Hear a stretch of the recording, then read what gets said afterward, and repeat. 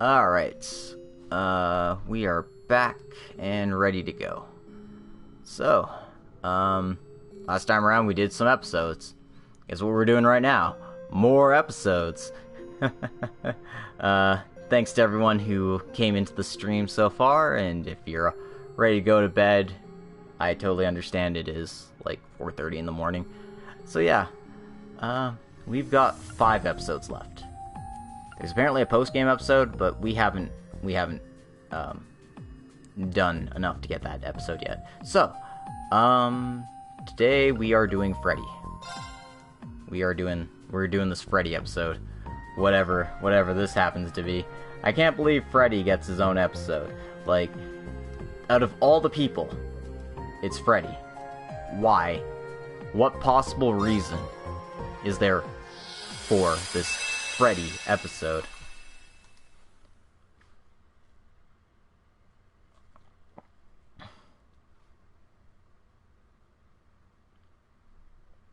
As it stands, yeah, PSN still does not want to show, viewers on my stream here. It's weird, but that's just what they do. Septine calendar 1207, middle of February, about 2 weeks before Prince Oliver's wedding. At the reception ceremony, it was decided that there would be appetizer dishes served in addition to the main courses for the standing guests. Bellflame Palace reached out to Nicholas, a chef who graduated from Thor's, and a member of the planning committee for the railway company. As a response, Nicholas reached out to other Thor's alumni and junior students to come up with all sorts of menu ideas. And the first person he reached out to was so passionate about cooking, he had already made a name for himself. Oh goodness. This episode already promises to be great. Leaves Branch Dormitory. Woohoo.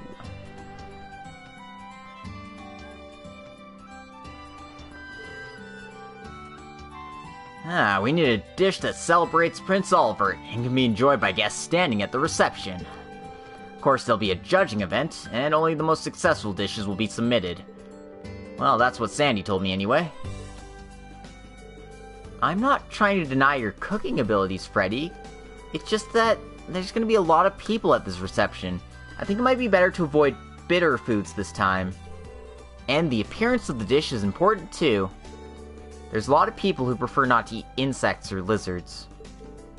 Huh? Really?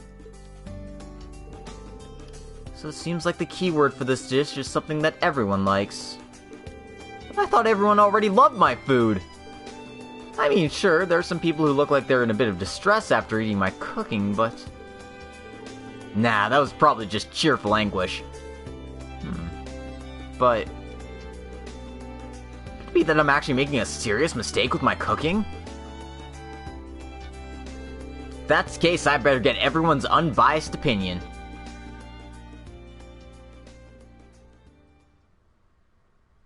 The ultimate wild dish. Oh my god, Freddy. Freddy, my baby. Did nobody tell you? Well, I think there's a lot of girls who get put off by the very existence of insects. In my case, I don't have any particular aversion to touching them. However, it still takes some courage to put them in your mouth. Put off by insects? That's not just girls, man. I used to play with insects when I was a kid, but I never considered eating them. Eating anything that's moving is really not my thing. Yeah, not a chance. I think I've said this many times before, but food shouldn't be bitter or stinky. Well, personally, I like fragrant dishes. I'm quite a fan of your dishes, Freddy. Although I do know it's generally not appreciated by most people. In my case, I don't particularly like exotic or exciting food. My favorite food is white bread. Like me. Hey, that's exactly why you should bring a dish like that to the challenge. Huh. I never knew people thought like that about my cooking.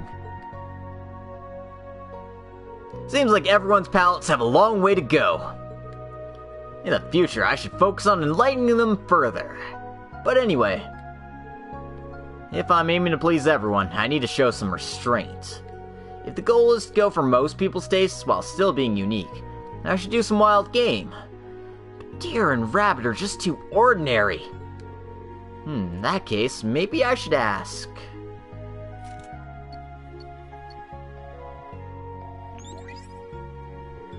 Oh, what can I do for you, Freddy? Oh my god, this episode, why? Why am I going through this? Are you coming to me for my opinion on Prince Olivert's reception dinner?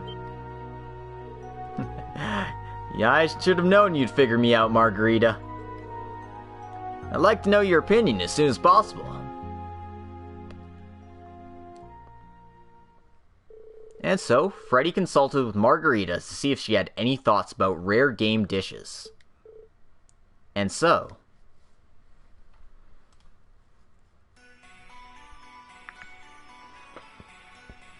the rock patio. So, this is the rock patio off the Languedoc Canyon Road? I think Class 7 came to train here once. In any case, Margarita said there's some kind of phantom game that lurks further on beyond here. Oh, look at this natural beauty. I can expect some great things from this place. Alright, let's begin the hunt. Wait, what? No. Great Ginyu. Oh, they're so delicious when you cook them with sweet and spicy sauce. I can't stop drooling. Okay, so we're not actually fighting these things, we're just poking them. Cool.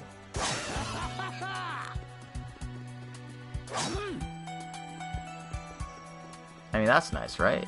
I don't have to get into fights.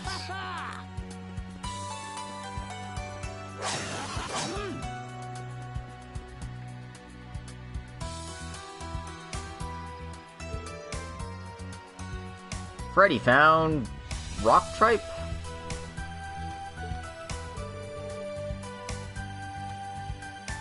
Ah, this rock tripe is a type of lichen you can find on rock walls. It doesn't have much taste on its own, but it's worth using. I believe we can use this in a sauce to give the dish some color.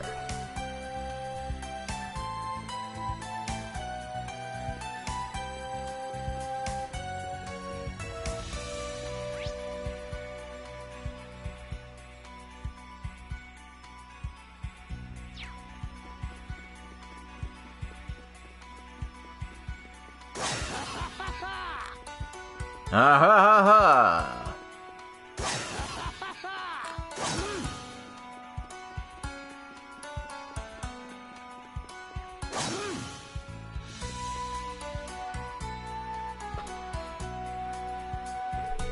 Freddy found a beehive.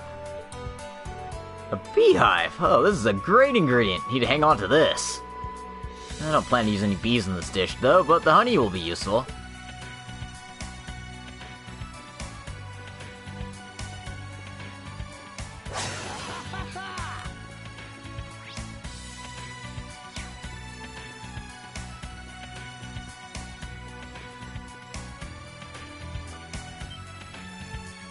Huh. It's presence. And I saw something for a split second. This feeling's different from most of the monsters lurking here. Is it possible that's the phantom game? Ha ha ha! The hunt is on! Come forth, phantom game. Let us put our soul into this dish.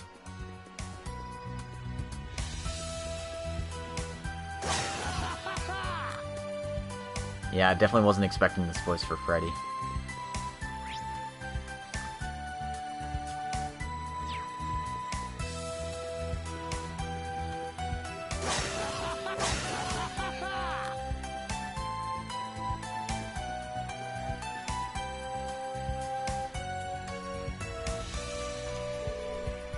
Found some kind of black lump. A scent that travels this far. This must be a black truffle. My senses are on their game today. Oh, with truffles as well. I can't wait to see what I make.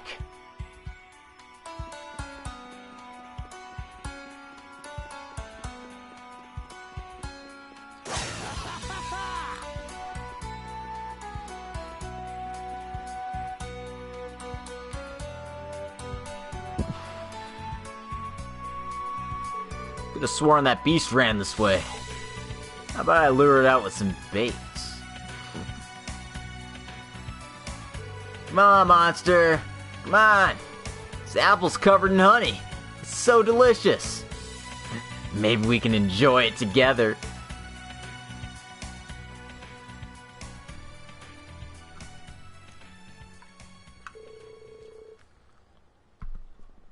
Oh, that thing resembles a Goomerai.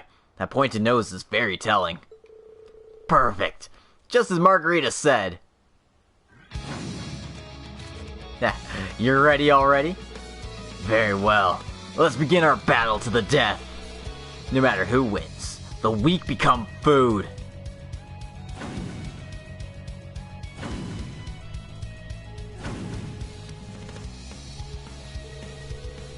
It's faster than I expected. After all, it is a phantom beast. Not killing it in a single blow will ruin the flavor of the meat.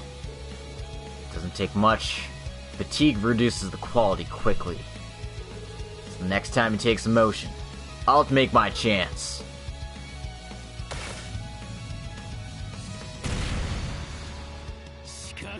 You tried to set me up, but you're naive. Here comes the knockout blow that'll bleed you dry for cooking.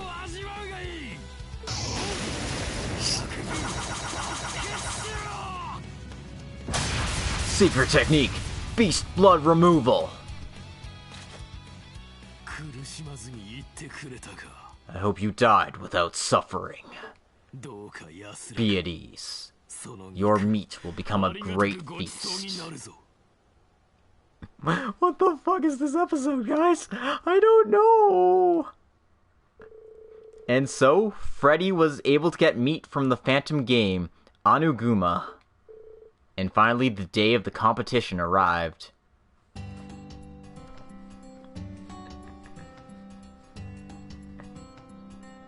You're finished! Yep, no, I agree.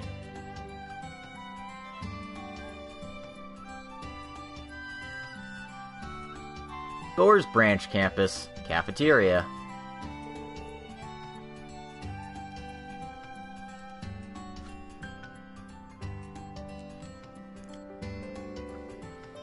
The judging committee has begun. I'm the facilitator, a graduate... holy crap, I'm not doing a good monk voice. Let me try this again.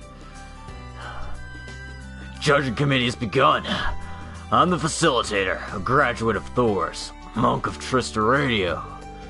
Servant in place of Nicholas, who is attending a meeting at Foul Flame Palace. As a reminder, only dishes that pass the examination will be served at the wedding feast of Prince Olivert. Now, allow me to introduce our 3 esteemed judges. This seems like a very fun event indeed. Do your best to satisfy my taste today. Well, this is my first time judging food and not inspecting it, but I'll do my best. Why would someone like me have to eat food prepared by such amateurs? What the hell is this episode, guys? Why?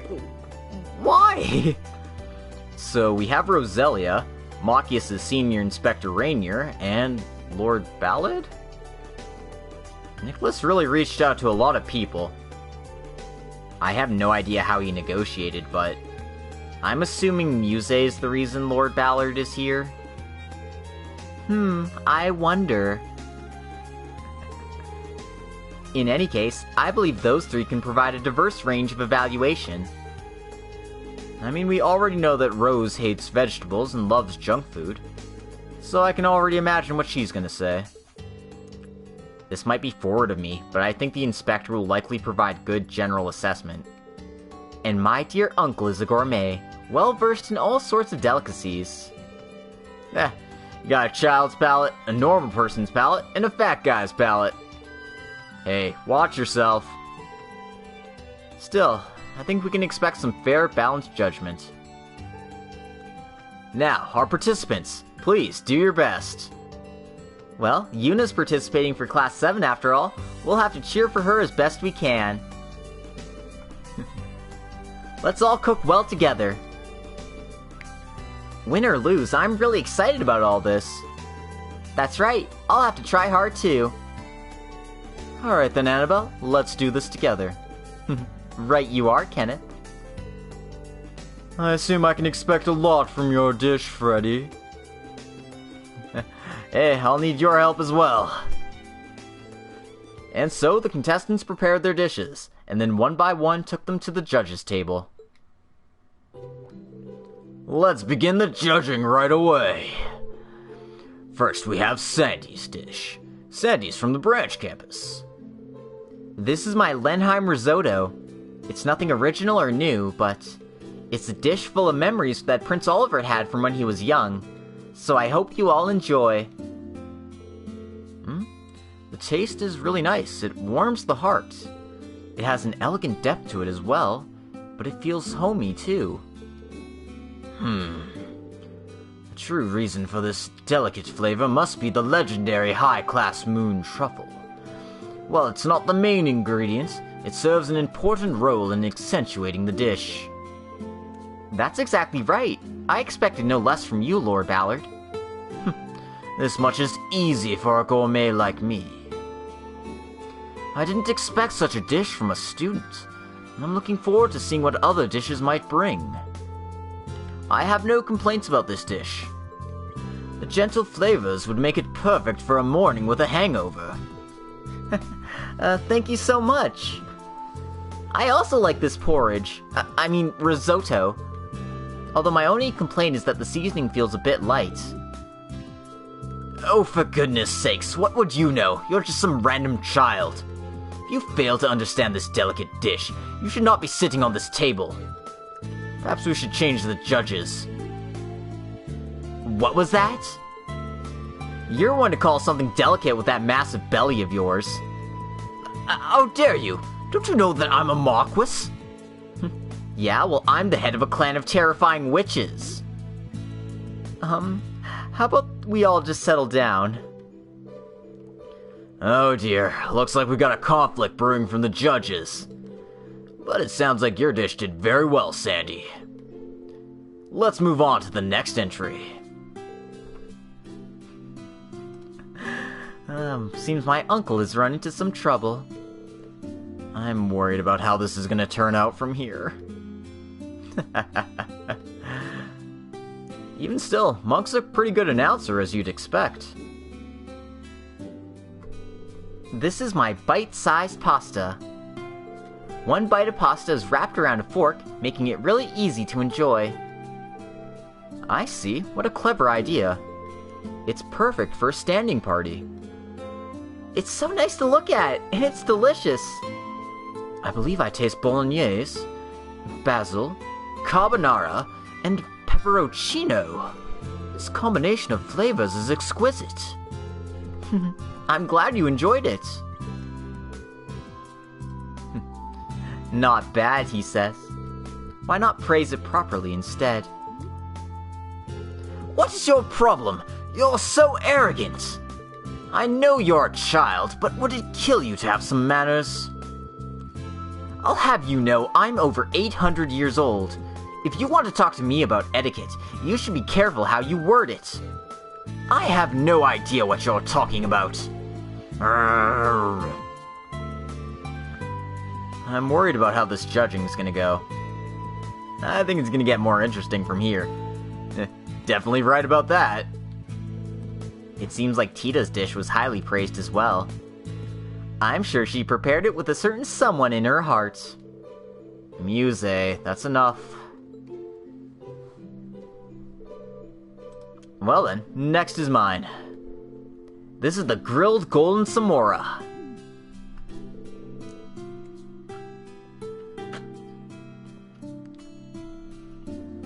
The fatty part makes it look really delicious, but... Sorry. This looks like quite the meal. The fatty part makes it really look delicious, but... See, I knew you were both amateurs. I can tell this is an exquisite salmora with excellent fat content. This must be one of the legendary salmora children who went on a special migration path. I expected you to be familiar with such foods, Your Excellency. Oh, so this is a rare fish then? We paid extra attention to the seasoning and the amount of heat. I see, and with such fine materials, extra ingredients wouldn't improve the dish at all. Let me give it a try then. Wow, that was incredibly delicious. It seems you also have a strong sense of what it takes to be gourmet. I've reevaluated you quite a bit. Arrogant as ever. Don't expect me to feel very happy hearing that from you. Is this what they call dere? It was indeed. Those two just do not seem to be able to get along. Hey, but if this dish is really that rare, are you sure you can prepare it at the event? Oh, don't worry about that. Actually, in addition to the Imperial Fishing Club, we also have the full support of the Fishermen's Guild headquarters in Liberl. If we're serious, we can catch any fish we want. Well, that's exactly what I'd expect from Kenneth. The child salmora. I'm looking forward to having it at the reception. Here's my triple pretzel variety platter. I heard that pretzels were a dish that were born in the Empire, but nowadays you can find them all over the continent, so they all have their own characteristic styles. You got the Empire style here, the Crossbell style here, as well as the Liberl style Kingdom pretzels. I think the bride would love it. I see, that's not bad, Yuna. I did help her make pretzels once before. I wonder what the ones from Liberl taste like. Damn, the scent is amazing. I'm so frickin' hungry. Let's make some later then. Of course. Well, the ones from the Empire are ones I'm used to. But it seems like the one from Crossbell is sweet and sour using honey. And the Liberl one is soft and chewy. Oh, but it's so delicious being freshly baked. Seems like you used the correct flour for each one as well. Oh, you know about it, sir? I figured that if I wanted to reproduce the taste that each country is known for, I should use the right ingredients. Even the water I used is different. What impressive passion. And pretzels go especially well when combined with other dishes. It's also the perfect item for a buffet-styled meal. Oh, thank you so much. Wow, her dedication shown by using the proper water and flour based on each country got her a high score. Well then, I'm next. This is my stamina gelato. It uses red viper extract, turtle extract, garlic, mountain root, and other ingredients. It's all tied together with Armorica honey to create the perfect mixture of ingredients that boost your energy. Well, that's definitely a margarita dish. What in the world does it taste like? Seems like you need to pay attention to how much of that you eat. I wouldn't mind giving it a whirl. Perhaps we should have Instructor Rean try a lot as well. No, I'm fine. Oh god. Oh god. Sorry. This game. This freaking episode, man. Well, it is a bit unusual, but it isn't bad. The spicy fragrance of the mountain root makes it surprisingly delicious. Oh, this tension, I can't get enough! I feel like I need to go to Raquel right away. That's exactly the reaction I expected.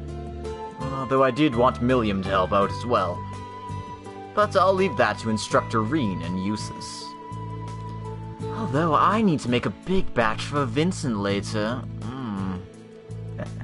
Margarita's desserts are strong and powerful. If you take a bit, maybe you'll get more aggressive yourself, Tita. Sandy! And then it was finally time for Freddy's dish to be judged. Well, it seems like it's some kind of wild game, but is it raw meat? What kind of joke is this? You really expect me to eat some unknown game meat raw? I've heard you can eat certain meats raw, but I've never really done it myself. I sense a faint source of mana in this meat. Freddy, what is this? Well, I hope it's not just this. Yeah, it's Freddy. He's obviously got some kind of trick. Is this Shokugeki no Freddy? Oh my god, it is Shokugeki no Freddy. Very sorry. This meat's from the Oniguma monster. It's said to be phantom game. And my dish is completed with this soup stock. This is shabu shabu. It's popular in the East. Oh, so that's it. Not bad at all, Freddy. Onigama. I do believe I've tried it before, and it was delicious. And I've heard of shabu shabu as well, but this is... I don't really understand. Do I put the meat in the pot? Yes, but not all of it at once. Only one piece at a time. Take one piece of meat with chopsticks and pass it through the boiling stock. Then when it's cooked, take it out quickly and dip it into the sauce. I see. It seems kind of fun, actually.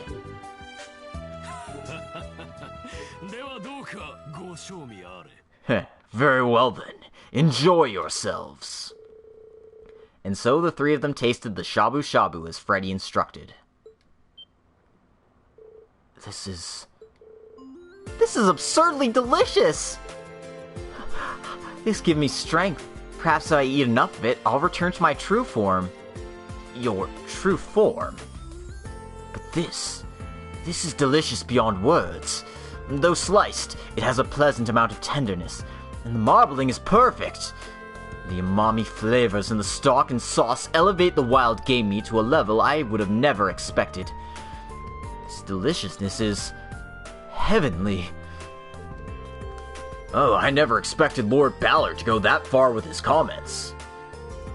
Shabu shabu. I've eaten it with my master once before. So you've experienced it? No fair. So, how long are we gonna sit here waiting?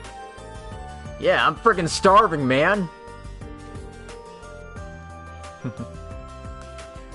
Right, I think we can just help out with judging from here on out. Hey, you can't just... Hey, I made a lot of meat considering the portions. And I want to try the other participants' dishes too, you know. So, let's move on to the tasting party, shall we? I agree. We don't get to do this often, so let's enjoy it. That sounds great. Alright, in that case, I'm gonna make more pretzels. What are you saying? Well, at least leave this meat, even if you're going to take the other food. That won't do, Uncle. We'll be helping ourselves.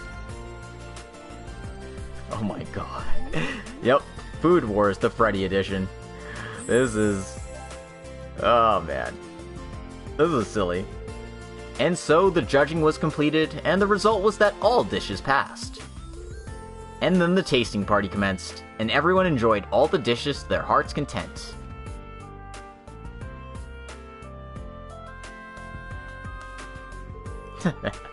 And no one even seemed to notice that the shabu shabu was made from powdered caterpillar fungus mixed into the broth. Knowing you, I figured there was something like that. In any case, it seems that everyone's happy to accept that flavor without reservation. So we start with this dish, and gradually start to add other seasonal ingredients. And after all of that, everyone's understanding of the world of food will grow deeper and deeper. I'm quite excited for what's to come. If you could just keep it in moderation, please?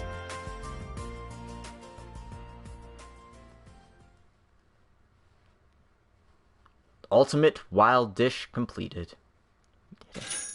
7,000 Mira, and we got a new recipe.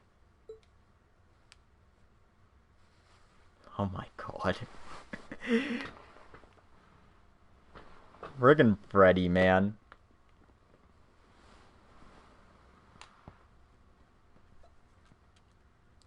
Ugh.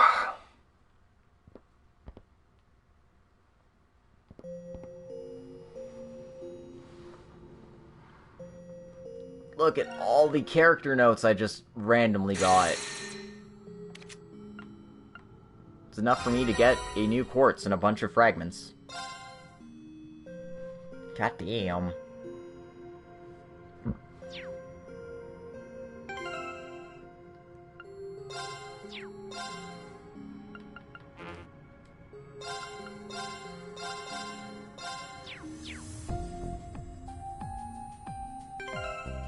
Actually, I have no Eleanor standard outfit. Whatever, that's fine. Alright then, it is time for more Ballard, apparently. Because I thought, you know, we were only gonna get him once, but nope, getting him twice. He's like Santa Claus. He just keeps coming back, no matter how many times you shoot him.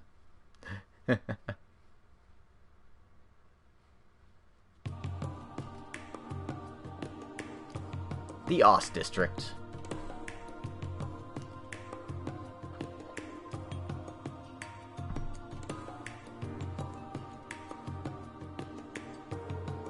Ah, finally arrived. This should be the right address, too.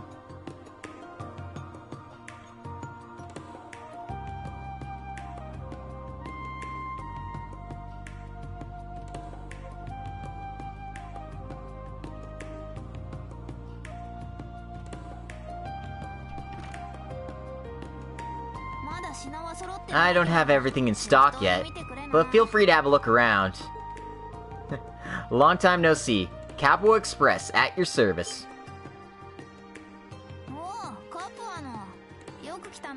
Oh, you're from Capua. I'm glad you came. Did you bring what I asked for then? Yes, of course. I've got your order right here. I'm amazed you opened a branch in the capital. Not bad. I guess so. I made some connections during the war that proved quite useful.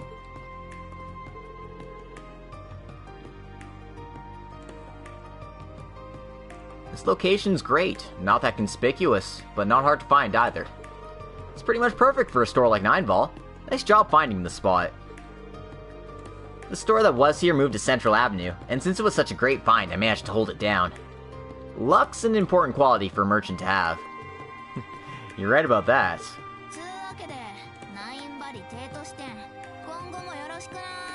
So, the Nine Ball Capital branch will be counting on you in the future. Yes, I'm looking forward to a continued partnership between your store and the Capua Express. Oh, yeah. Huh? Well, it's good to have a foothold in the capital.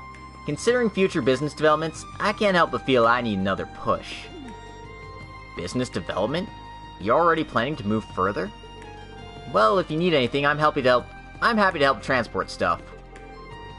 What I need are the things to transport. Huh? Business is a race against the clock. The current trends, you have to be on top of them. Don't you think so? Well, I guess. Catching on to the customer's needs and quickly delivering. And in order to move product either on the black market or above ground, what you really need is feet. I think I understand what you're getting at, but I think all I can say for now is that you really shouldn't get involved in anything too dangerous. What I'm basically saying is, won't you give me your Bobcat too? What? No! Where did that come from all of a sudden? I mean, I understand you want a ship, but why the Bobcat too? Originally, I was thinking of getting a ship on the class of the Courageous 2 to transport larger weapons. But it takes too much manpower to operate a ship that size, so I figured it was more than I could handle. Main reason, though, is I don't have a lot of pocket mirror after buying the shop here. I'm not sure you'll be able to buy something like that ship with any amount of mirror, to be honest. So, that's when I thought about the Bobcat too. It's perfect for my current business model. It's pretty mobile, agile, and can be fitted with armaments as needed.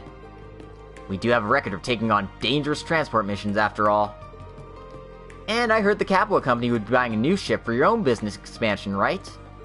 So, you should sell me the Bobcat 2 for cheap. In exchange, I'll provide you with various services in the future. Oh, I see. We actually ended up deciding not to buy a big ship, and instead want to increase our fleet of smaller ships, so we still need it. That ended up being more suitable for our own business model. Huh? So, I'm sorry. No, think hard about this decision. If you accept a deal with me now, I'll even throw in Cerberus's dispatch services for free. Woof? Sorry, I'm quite fond of our ship, and I don't really intend to let it go anyway. Although I'm curious about what this special dispatch of service thing is. No, my plan!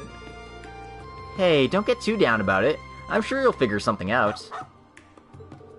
Well, I have to head off to my next delivery. See you later. Please call on us again.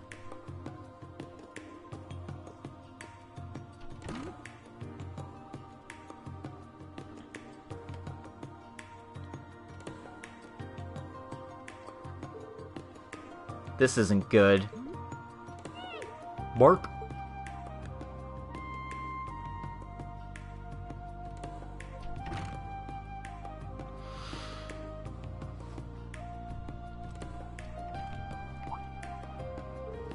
Huh? What'd you do? You want to give me this so I'll cheer up?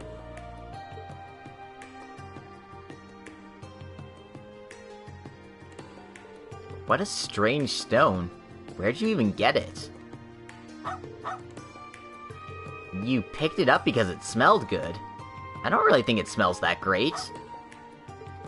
Alright, I get it. I don't have time to sit around here feeling down. Thanks. You care a lot for your master. You're a really great dog. I wonder if I could find an airship this easily, too.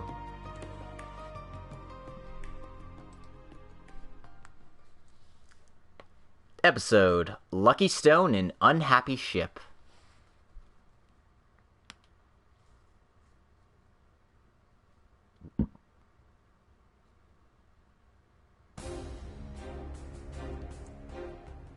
The Juno Sea Fortress.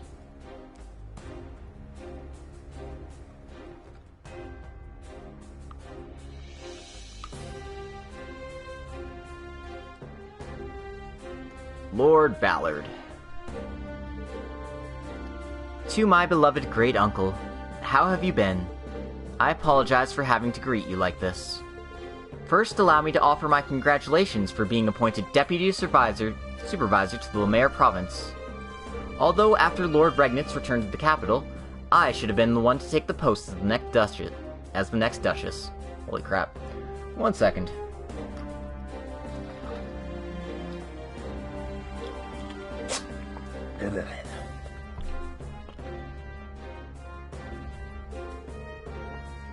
Yet, as I continue my responsibilities as a student, I feel that the burden would be too heavy for me as of now. I was, however, quite pleased to hear that you were appointed, beloved great uncle. This will serve to make Lemaire even safer. I would like to share some of my thoughts on future policy decisions for the province. I have attached them to this letter. I do wonder if this is the right way to proceed. Allow me to conclude by wishing you health and success in your future. Signed, your niece, Mildine. Ugh. What the hell does my dear great uncle even mean? Of course I'm not fine. Your Excellency, please settle down. How can I settle down? That girl... Are you referring to Mildine? What happened now? She's pushing off a load of work on me while she goes off gallivanting at school. Burden's too heavy? What a load of nonsense. And she's trying to spell out everything I should do policy-wise in this letter. Also, she can push the hard work onto me, while she enjoys her precious little school life. Ugh, what a disgrace! Why did you take over the position of deputy supervisor in the first place? This was a request from the government. It weakened my own position to refuse a request like this. So, that's what happened. And of course, it's also possible that little girl might slip up. So, as her great uncle, I decided I would show her what it means to be a great noble of the Empire. Oh, what a kind relative. You truly are a compassionate man. Ha! Don't be a fool. All of this is merely to avoid tarnishing the name of Cayenne. I understand. In any case, the government has been forced to take over management of this unmanned fortress. Indeed, after the reorganization of the Imperial Army, all of the divisions that were stationed here were moved to other sites. There's nothing to do here to entertain myself. It takes some time to go all the way to Ordis. Seriously, who do they think I am? But the government has requested that the naval fortress remain closed for the foreseeable future. So the only choice is to attend to official business. If only we had an airship, then we could at least make it so that travel would be more convenient. Well, my ship was confiscated by the Imperial government when it was ruled I was abusing public funds. There's not much we can do about that. However, these pitifully boring days will be at an end soon. After all, I'm planning on purchasing my own airship in the not-too-distant future. So, what's going on with that anyway?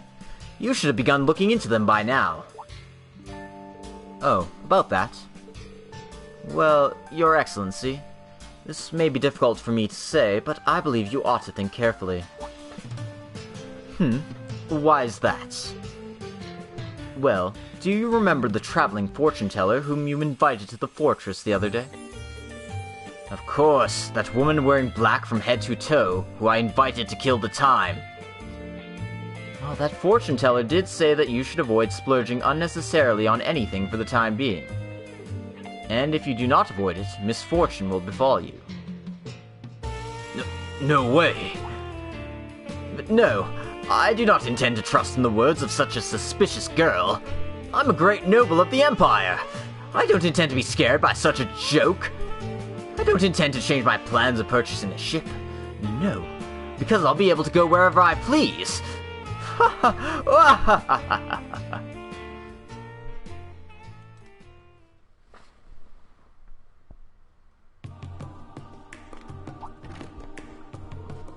Oh, a customer. We have a sale on grenades today. Want to pick up a case or two? I have no need of such things. I came to this store because I felt that fate was drawing me here. You say some strange things, customer. Well, have a look around then.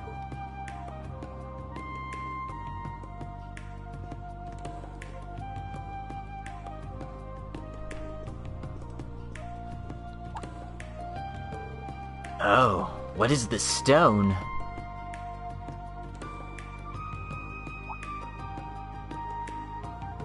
Oh, are you interested in stones like that? It's a pretty strange one, yeah. Could this be what appeared in LaBeurle? What, you know something about it?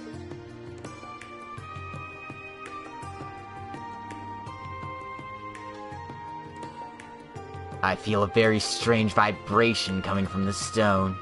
I believe this is a mysterious source of good luck, perhaps. Oh, really? I have no idea about any of that. Who are you? I'm a traveling fortune-teller. I search for secrets, following the threads of causality. So what do you say? Would you like to sell me the stone? I mean, I guess that's fine. I'm not sure how I'd price it, though. Perhaps a trade, then. This stone for something of my own.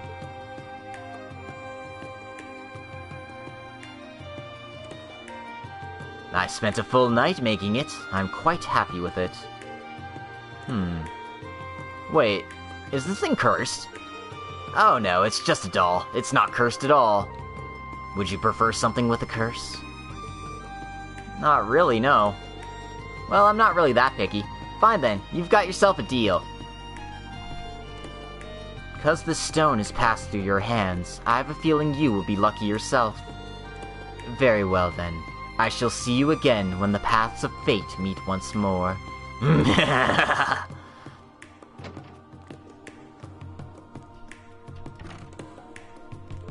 What a strange customer.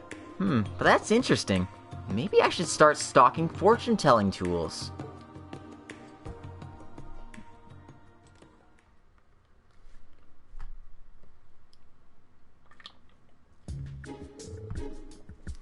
Your Excellency, I have a report. What is the matter now? This paperwork is driving me insane.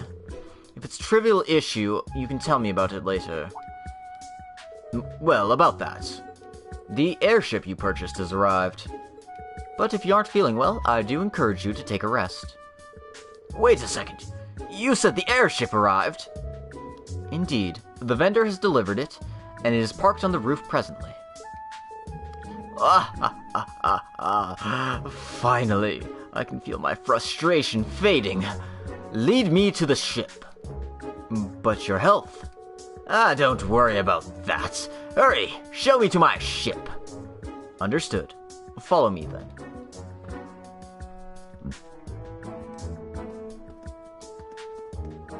Oh, I am so excited to see what kind of ship this is. This is my first time actually seeing it, as we decide to leave the selection in the estimates to the contractors. But considering someone of my stature, a ship like the Pantagruel would be most fitting.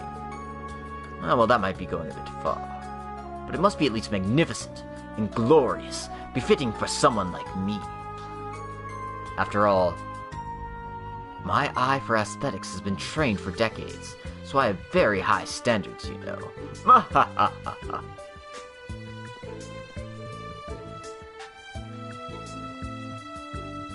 So, let me see my ship.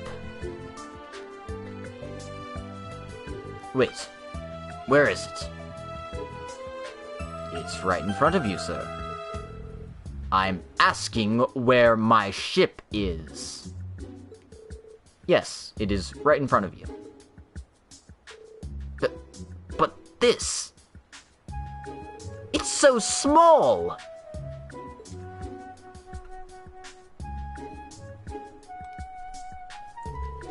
Yes, this is the specially purchased brand new exclusive ship for you, Your Excellency. Don't be silly! How could someone like me fly in a ship like this? According to the contractors, this is a long-time bestseller from Rhineford.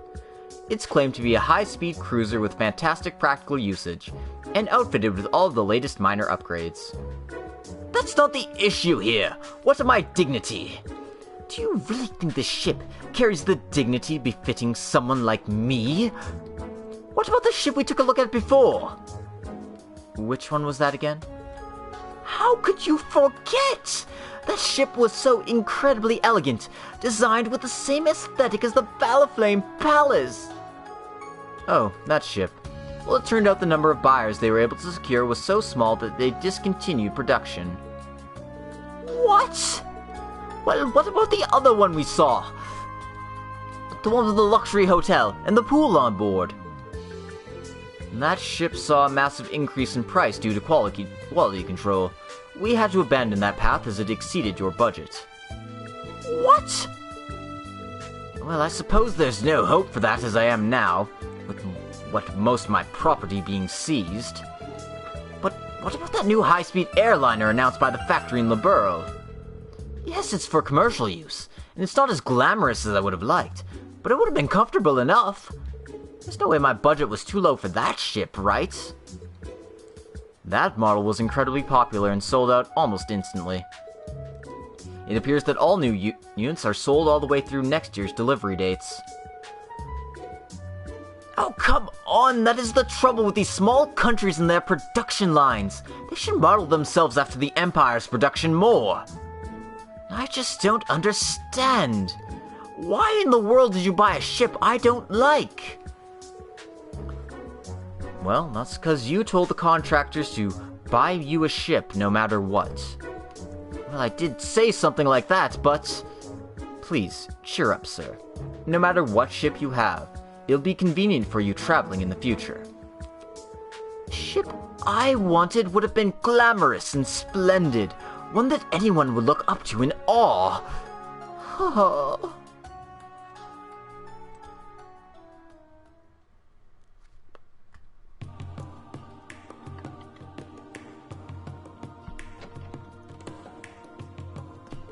Oh, hi, Shirley. What are you doing here? Oh, what a nice selection. I never even knew there was a store like this in the capital. Oh, customer, you got a good eye. This is the Imperial Capital branch of Nineball. Oh, Nineball. Huh?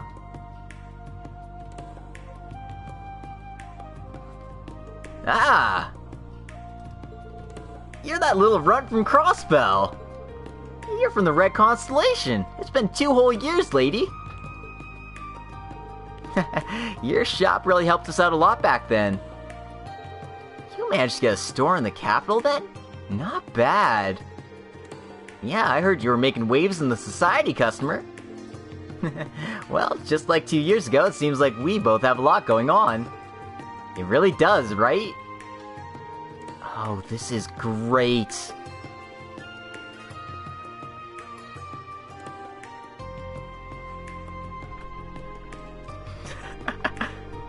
That doll? Just warning you, it's not cursed or anything. A curse? It's so cute. Why would someone put a curse on it? This is cute. It's super cute. I've always loved dolls like this, but this one is so cute. Seems like it caught your eye then. You want to buy it? Well, I don't really have much on hand right now.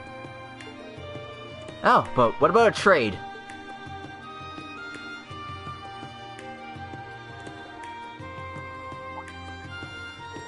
Is this a bomb? I've never seen one like this before. That's right, it's a magic mine. It explodes when subjected to magical energy. Wow, never even knew this kind of thing existed. Belle kinda made it on a whim. I grabbed it because it seemed interesting, but honestly it's not that useful for me. So, what do you say? Yeah, sounds like a deal. Thanks. You too. By the way, what's with all that luggage? Looks like a lot. You getting involved with some kind of group? If you are, you might want to buy another weapon launcher. I could sell one to you for cheap. No, that's just for my normal clothes.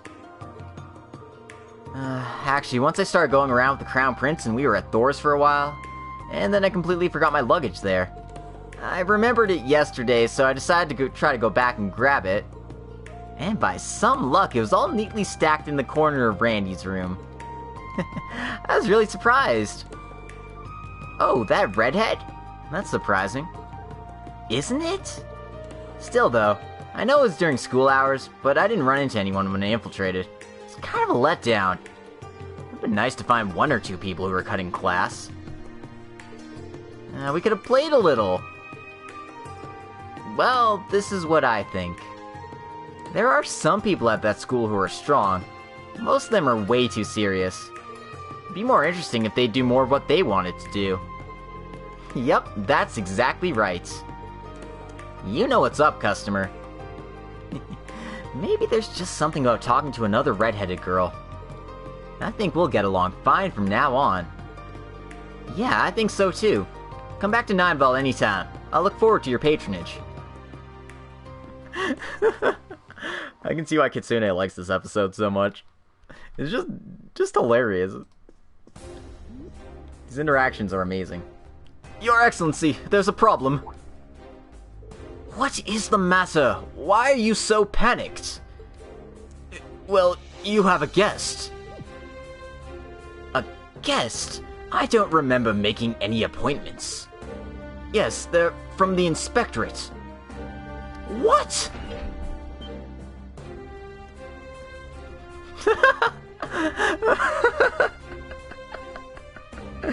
What is this episode?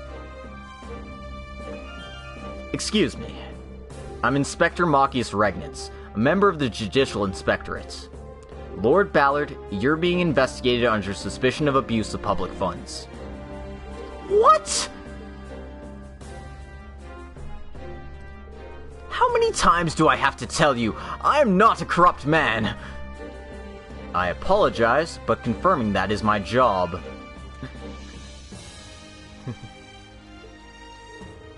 Do you even have the right to carry out such a forceful inspection in the first place? Let me just say this, Your Excellency. It's already well known that you abused your authority when you were serving as interim supervisor of Lemaire Province, no? Well, I figured that the Cayenne family was mine anyway. Whatever the reason, a criminal record is a criminal record. You've been added to the list of people under watch. So we have a rule to investigate people on that list whenever something suspicious occurs. And of course, the Judicial Board has issued a formal warrant for this investigation, so please don't worry about that.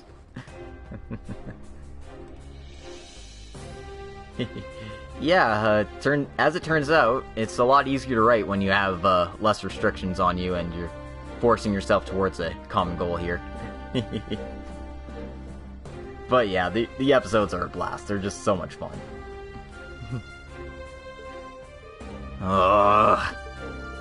I'll be carrying out my inspection on my own, so please return to your public duties without worrying about me. There's no way I wouldn't be worried about this! Is that so?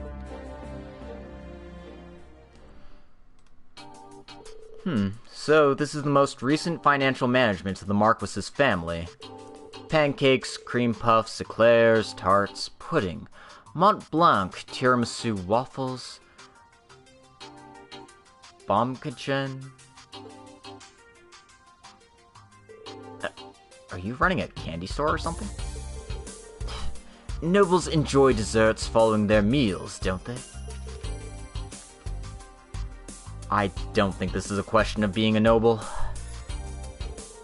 But all this was purchased in a short period of time. It seems to go well beyond the level of simple after-dinner snacks.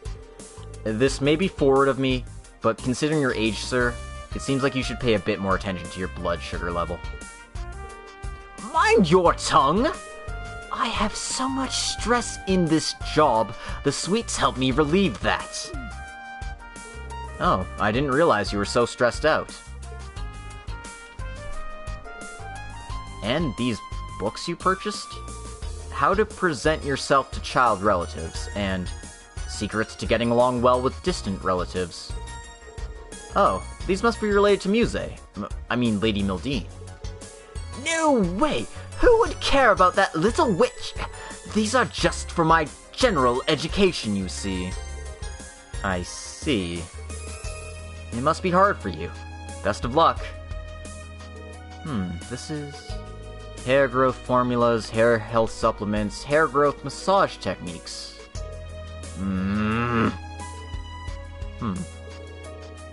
Are you self-conscious about it? You never shut up, do you? My apologies. Let me just say, it is easy for someone like you to talk, for you're still young. But be careful. For too long, you might start losing your hair, too. I'll be cautious.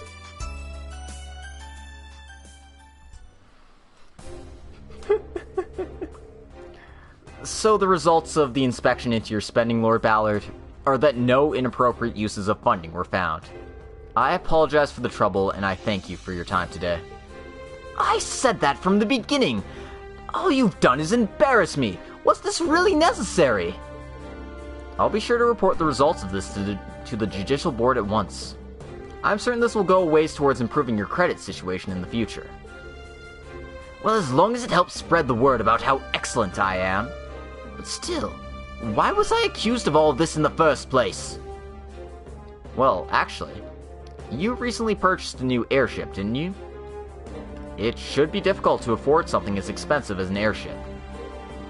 And because your purchase lined up with the time of your appointment as Deputy Supervisor, the Inspectorate took note. So, it's because of that ship? Well, to put it simply, yes. This damn ship, I swear! Oh my god, this episode.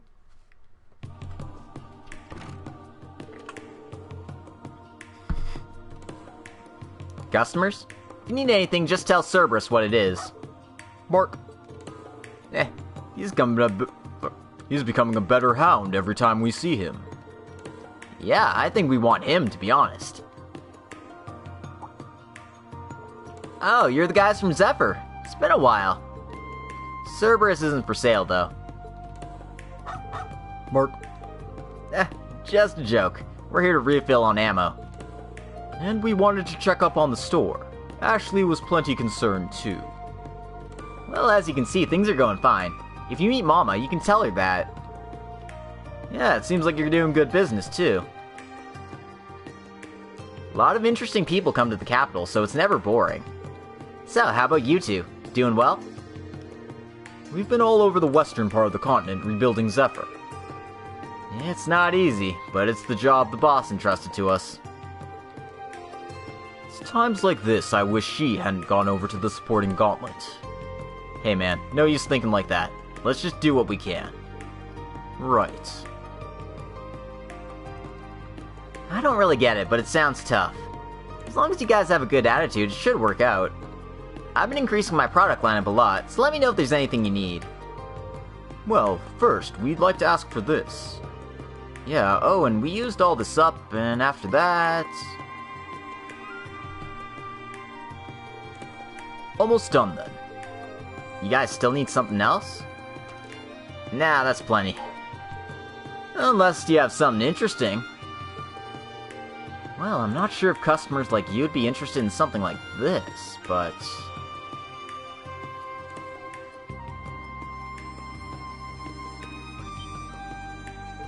Oh? What's that? It appears to be some kind of sensing bomb or mine. But if you don't know what it is, you know. Well, that's about right. This particular one explodes due to magical power, not physical shock. It's called a magic mine or something. A magic mine? I never heard of something like that. Right? It seems like it's a one-of-a-kind item. If I don't take this and disassemble it myself, my title of Trap Master's worthless. So, how about you buy it? I'll give it up for cheap. It's so rare, though. I feel bad buying it for cheap. I got it. How about a trade? I was planning on selling this somewhere else.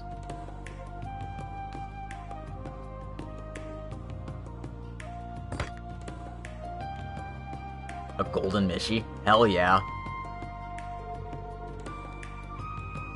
It's so beautiful! And it's golden, too! Not just that, take a good look at its face. The retro eyebrows? Is there some difference? Man, it's a huge difference! When Michelin first opened, Mishi actually had this kind of cheeky look on his face. And there's still some fans who prefer it over the current sort of foolish look. Why do you know so much about this, Zeno? Well, I was thinking about making a small autonomous bomb shaped like Mishi, so I did some research. Yeah, you don't need to give me the silent treatment. Come on, man. I'm amazed you had something like this. Is this pure gold? It is. Knew it at first glance. You remember the guy named Chairman Hartman? Yeah, that was the arrogant old prick who was running Crossbell's government for a while. He was part of the Imperial Party, right? And he did a bunch of bad stuff and got caught 2 years ago. Yep, that's the guy. Well, when he went into exile, he actually asked us to escort him for a while. He ended up getting caught not long after the contract expired, but before that he gave us this as payment. Sounds like it was made as some kind of concession when Michelin was constructed. Wow, so that's what happened? And all that other stuff happened there during the time of the Great Tree. The darkness of Michelin runs deep. Well, anyway, how about trading this statue of mine for your magic mine? That's fine. You got yourself a deal. By the way, it sounds like the guild branch reopened in the capital. Your Sylphie might be there, you know? Fee is here. Well, let's go take a peek and see how she's doing. If she finds you, won't she be mad? We'll treat this as a test of skill, not to get caught. Right. Whatever. Just make sure you guys don't cause too much trouble.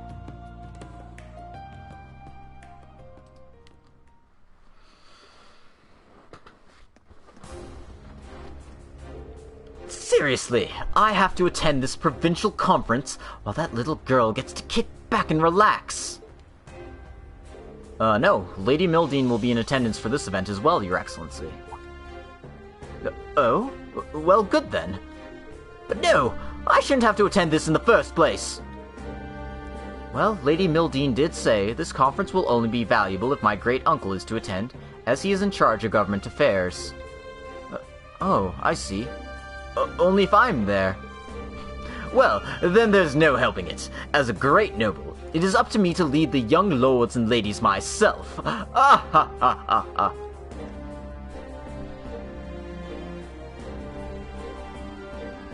So, in the end, we really do have to take this ship. Indeed, this should be the most efficient option we have to travel to another state. This is the first time you've boarded this ship since you purchased it. Well, I don't like it, frankly, but it would be a waste not to use it, as I did buy it. Your Excellency, there are still pre-flight checks to be done before departure. Perhaps you can wait until they're finished. The crew in charge of performing those checks will be here momentarily. I'm not trying to take off right away. Just as the owner of the ship, I should be the first aboard, of course. What? Ah! Your Excellency?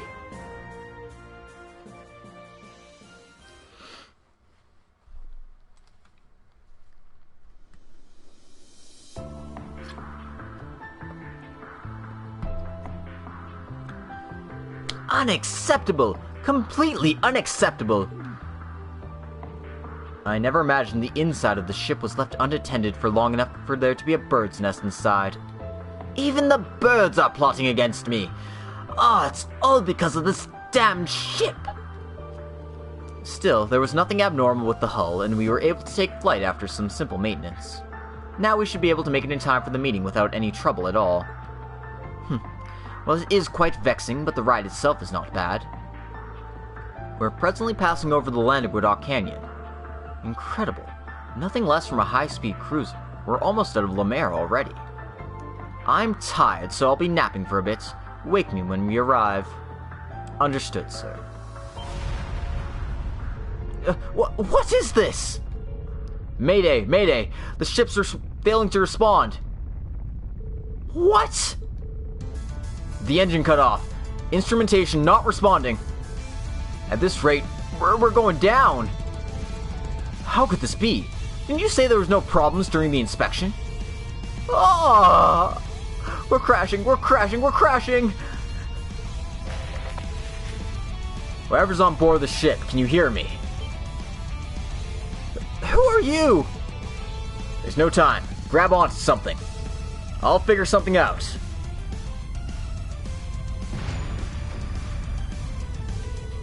Something is supporting us, and we're going down slowly. Landing complete. We were saved? It appears so. I thought I was a goner. I don't know who saved us, but I have to thank them later. Before that, though. Hey, you stupid thing! Your Excellency? That fortune teller was spot on. This ship I bought after I talked to her has brought me nothing but misery. I can't take this anymore. I refuse to go back to that fortress now. And this damned ship. Get rid of it as soon as possible. I never want to see it again.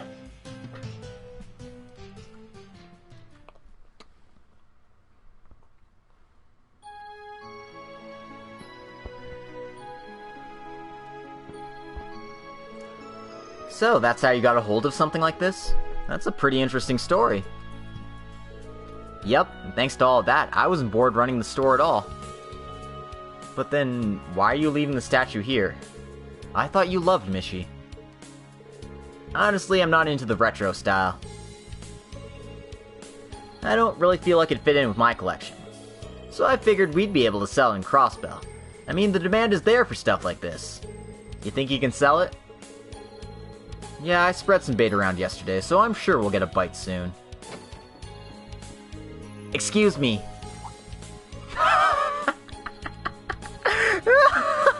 I can see why Kitsune loves this episode now.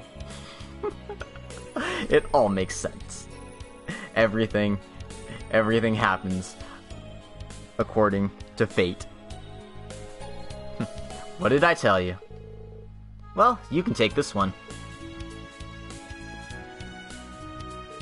Ah, you're the blue one from the SSS. The little blue one. I don't really want to be called little by you, Jingo, but putting that aside, I came running all the way here because I heard you have a super rare Mishi statue in stock. Is that true? It is. But, I mean, it's the middle of the day, isn't it? Aren't you supposed to be at work? There is nothing more important than Mishi. I'm joking. It's just that I was so curious after I heard the news that I couldn't sit still at work. So everyone around me told me if it was fine if I just went right away. You weren't joking. In any case, please stop stalling and show me this damn Mishi already.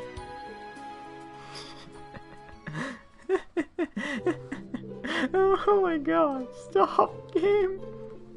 This is it.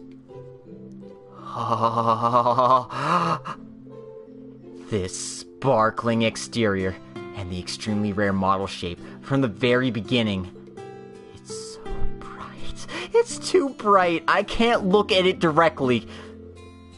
You've been staring right at it this whole time. So you prefer the retro Mishi style then? No. I love all Mishis. For I am a Mishi philanthropist.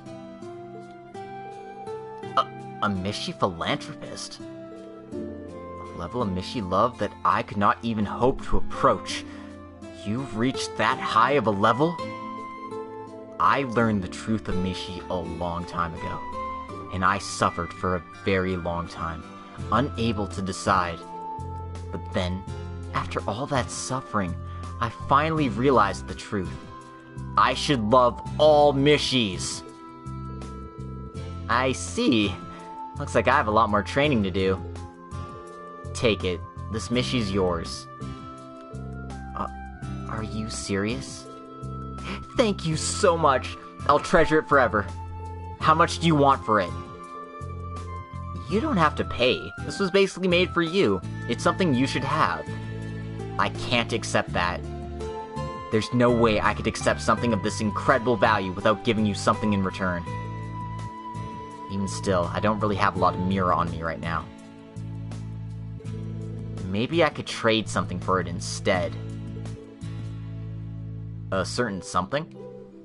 Yes, it is...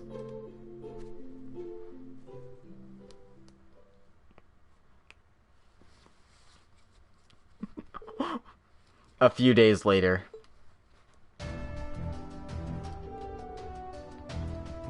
I never thought I'd get something like this, though. It's actually a high-speed airship that a certain noble recently disposed of. He said he didn't need it anymore. Kitsune's thing is just her smile. Ooh. Oh, man, I know. It was sent to the Foundation for us to process and properly dispose of. But aside from some poorly executed maintenance, it was in perfect condition. So the idea of getting rid of it really bothered me. So on my own, I began working on stopping the disposal process, and instead made preparations to refit it and recycle it for use. And since that also saved us the cost of disposing it, it was helpful for the Foundation as well. I think this is something you'd have a good use for, Jingo, so please, take it.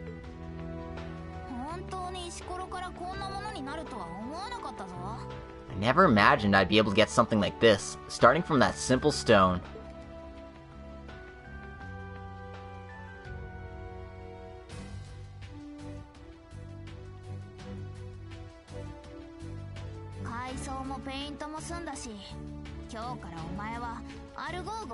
And now that you're all repainted and restored, from today on, you'll be known as the Argo. Today marks the beginning of the 9 Vols Special Service. I'm sure one day you'll transport something incredible.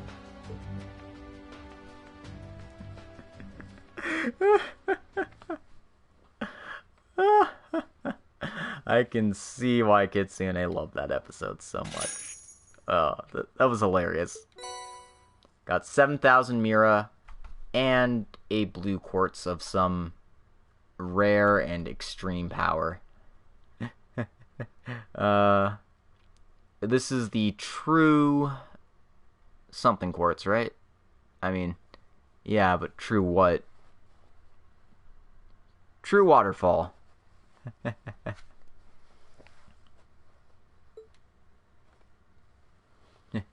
Yeah, it explains why Jingo got the airship.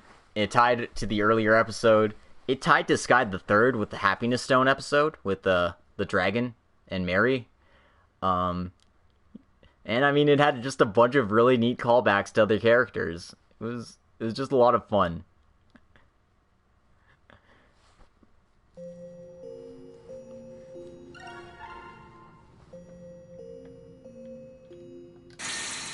And we got another Chivo.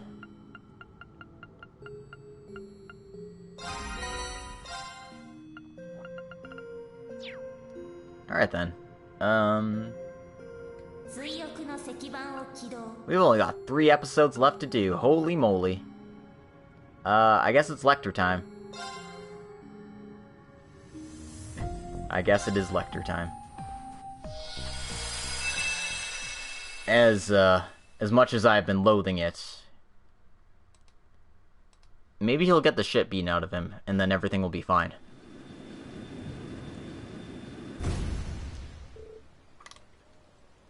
Off I go.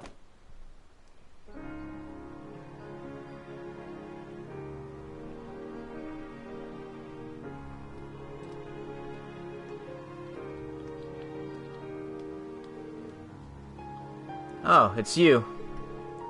Well, if it isn't the wandering vagabond.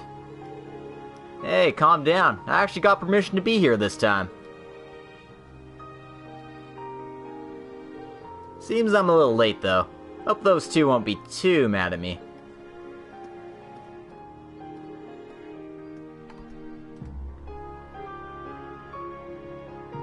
The beginning of March, 1207. Just outside of Heimdall, Carol Imperial Villa.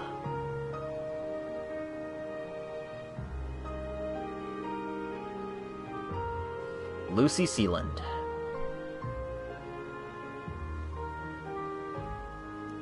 Claudia von Osleys. Oh.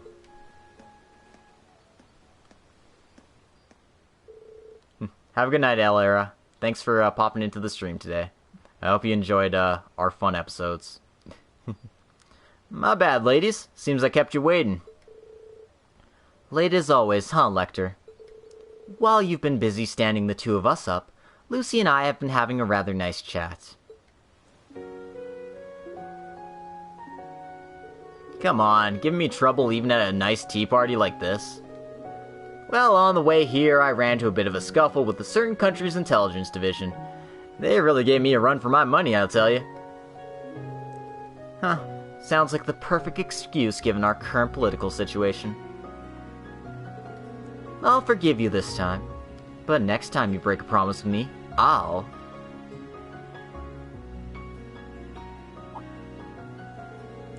Well, we can work out what I'll do when the time comes. Damn it, Lucy. Beat the shit out of him. Anyway, if you understand what you did wrong, just sit down already. You're being a bit transparent, Lucy. It's natural. I don't think we've been able to meet with each other outside of work for, what, 3 years? Yo, Sig. It's been a while, man. Appreciate your hard work keeping these ladies safe today as always.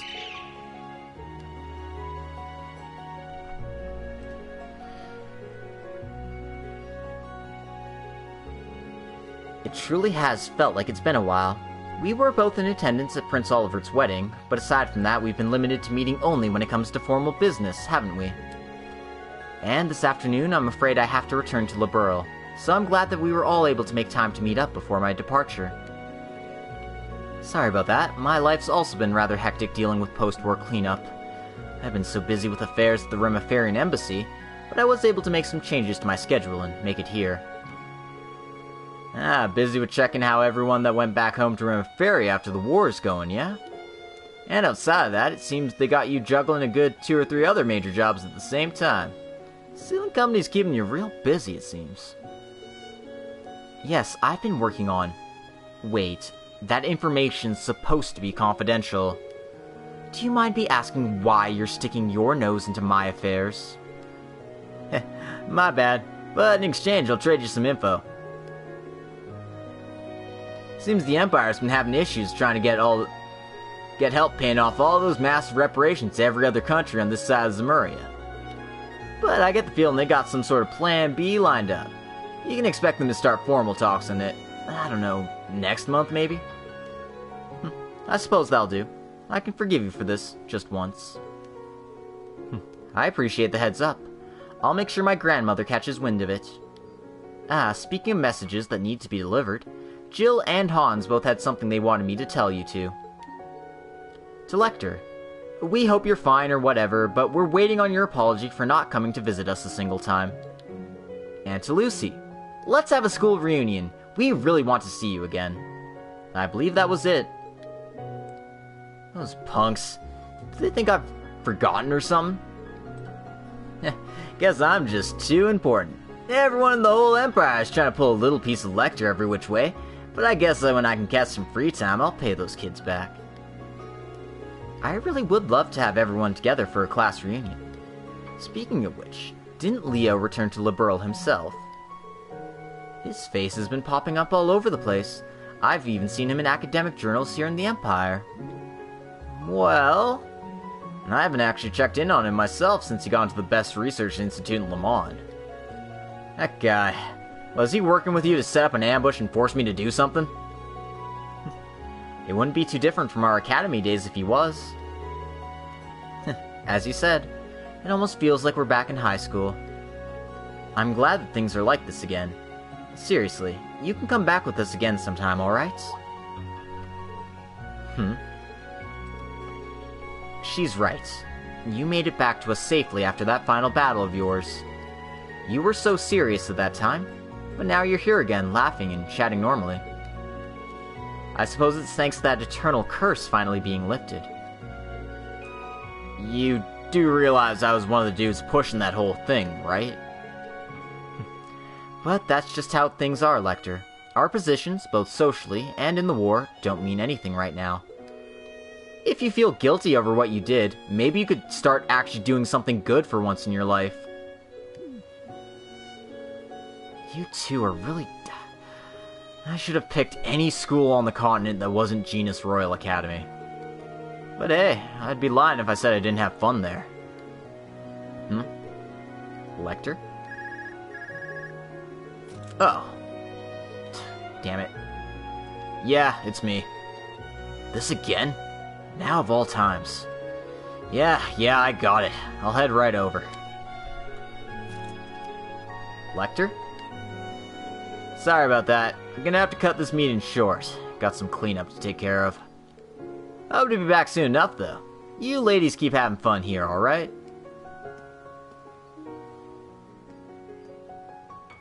He's even busier than I'd expected. With Chancellor Osborne's passing, the Intelligence Division is taking on more work than ever. But I couldn't have been the only one who noticed. No, you're definitely not. He's not acting like himself.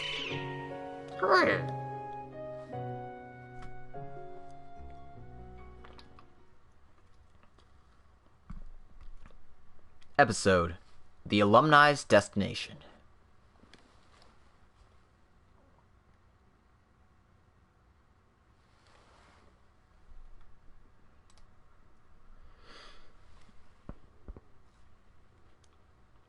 earlier that morning.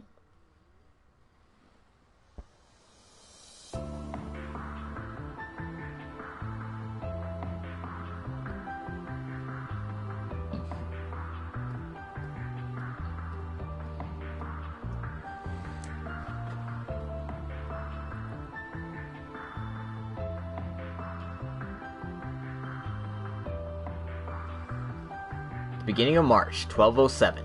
Central Intelligence Division Briefing Room. The issue lies much more with the Imperial Legislature than it does with the military higher-ups, doesn't it? And the Government Accountability Inspectorate is the same right now. You can't so much as breathe without them making you waste your time filing out a form for it. Yet with us being forced to demilitarize, effective use of secret intelligence is the only way we can really keep this country afloat. After half a year of working on the reorganization of all our national agency structures, this is what it's come to. We'll need some actual results to show, or at least something to show that reorganization is happening. In that case, I think it's good enough as it is, isn't it? The current reorganization plan, that is. I've already submitted my ideal plan. The Intelligence Division as it stands is based on the structure of the Imperial military. What we're lacking is a modern perspective. I'd like to use this opportunity to create a more flexible organization. Perhaps it'd be naive of me to expect that to actually come to pass, but of course, nothing ventured, nothing gained. Such a plan would naturally be rejected. Even if it just sounds like another case of old higher-ups stamping out the fresh ideas of the agency's new blood.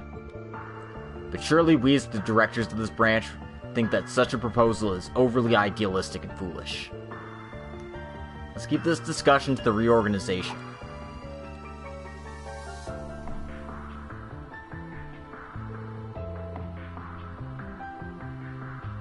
Even if we did everything within our power, our nation is in need of a great many things. There's a limit to how much we can do to help her. Beyond that, forces both within the country and outside have been growing more restless since even before the Great War. We need each and every one of our agents to begin acting more alertly. Though I bet you think you're an exception. We may as well have an empty seat where you are. Well, we're all working ourselves to the bone. You're out there living it up. Isn't that right, Lecter? Right now, the Bureau's busy handling a million problems. And whose fault would you say they are? Come on, tell me. Look, sir. I've been out here trying to get all sorts of things set and restoring my reputation myself, alright? Everyone in this agency's so great at pushing others around and forcing them to get into the weeds, really. I applaud you. But at the time being, I think it's best to show some restraint. And I'll make a move once I decide what the best course of action is. Chancellor held so much respect for this guy. It seems he's nothing but a buffoon. Oh, don't worry, Lecter. We still have an important job left for you. We're gonna have you take responsibility for what happened 6 months ago. Well, I'm sure if you idiots keep putting your heads together, I'm sure you'll come up with some way to make me do that. You little punk! Don't you go running your mouths to us! That's enough. Leave us for now, Lecter. The conference will get nowhere as long as you stick around. Well then, guess I'll dip. If you'll excuse me.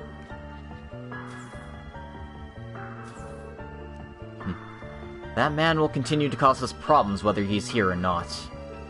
Hubert, if you'll take us to the next matter for discussion. Yes. Regarding Prince Oliver's honeymoon, it seems he'll be leaving on the day we determined. Is that guy really doing alright?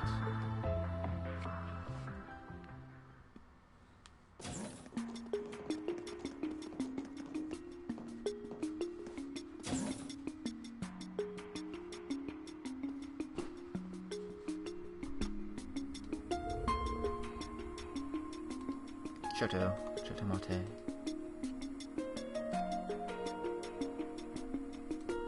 Oh, so you were here.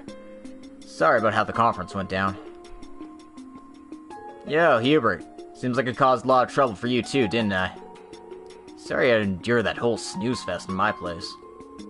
And well, about that, Someone in your position really shouldn't be stirring up trouble at every opportunity. Though I know saying that to you won't change a damn thing. But for now, at least, the issue of the Foreign Counterintelligence Division budgets has been resolved. I can't mess around with my work tracking the CID's operations, not until we can create a reformed intelligence division.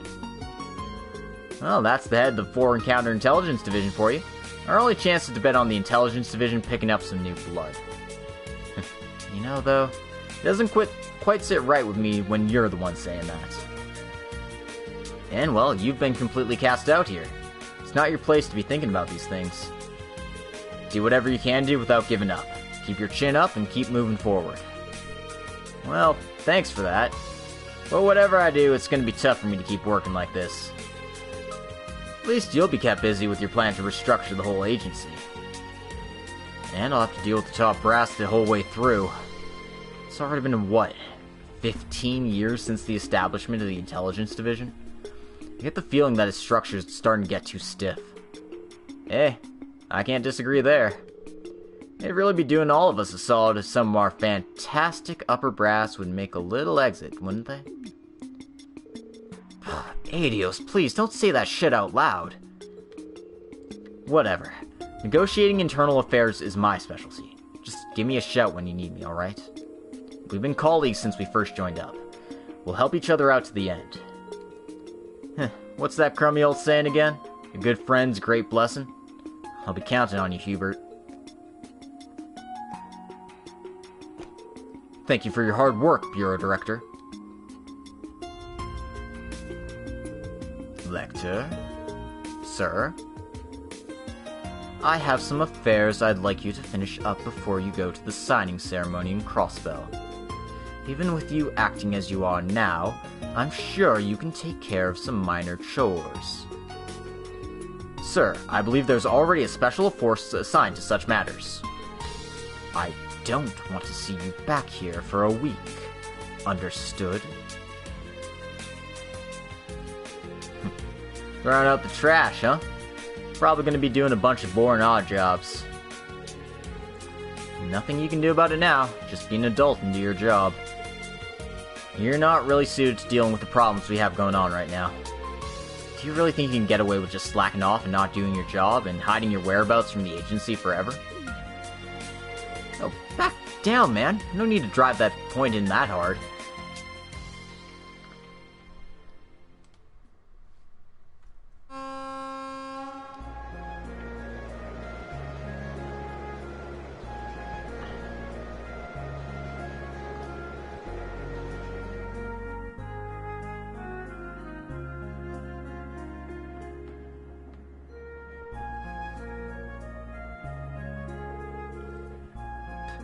What? That sucks. None of it's even your fault. Well, I don't actually mind that much. Just another part of my duty as one of his children. Milliam, what about you? You really planning on helping out the Intelligence Division? Yup, it's really fun. Like, you know, it's one more reason for me to keep sticking around. And it's a good way to help out Rean and Eustace. This job suits me just right, don't you think? You're not wrong. But hey, just be careful not to let too much secret intel slip to those two, alright? Huh? You're the last person who should be saying that, Lecter. Okay, that's fair.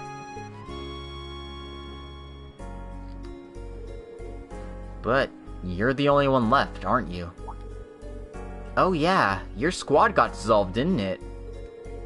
The morning of the final rivalry, I think. Klein was telling me that everyone got reassigned since then, didn't they? Lecter, are you...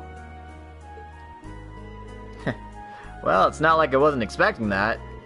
It's not like I needed to get them wrapped up in everything I did during the Twilight, did I? I guess not. Really? I thought you were gonna stay dead there. You coming back to life was completely unexpected. That reminds me. It was a bit before that, but Altina ended up dropping her contract with the military, yeah? I guess she's still trying to figure out what she's supposed to do as her own person. We've still got an emergency line in case we need to call her up, but I think things are better this way. Lecter? Yeah, thanks a bunch. Next stop, Trista Station. Trista Station. To all guests planning to depart, please check your belongings and ensure you leave nothing on the train. Oh, looks like it's my stop. You got a job from Thor's main campus? I figured they'd stop calling you for work, but guess not. Hey, I just came back to life, didn't I? I gotta do some more off-jobs first. And I wanted to say hi to all my old teachers. As expected. Alright then. If you don't mind, could you drop something off for me? Lecter handed Milliam a letter. I don't really care much who gets it. Just hand it off to one of the teachers and read it over with them. I'm counting on you. Huh? Well, I don't really get it, but I got it. See you, Lecter. Don't get yourself into too much trouble. Got it. Same to you, little lady.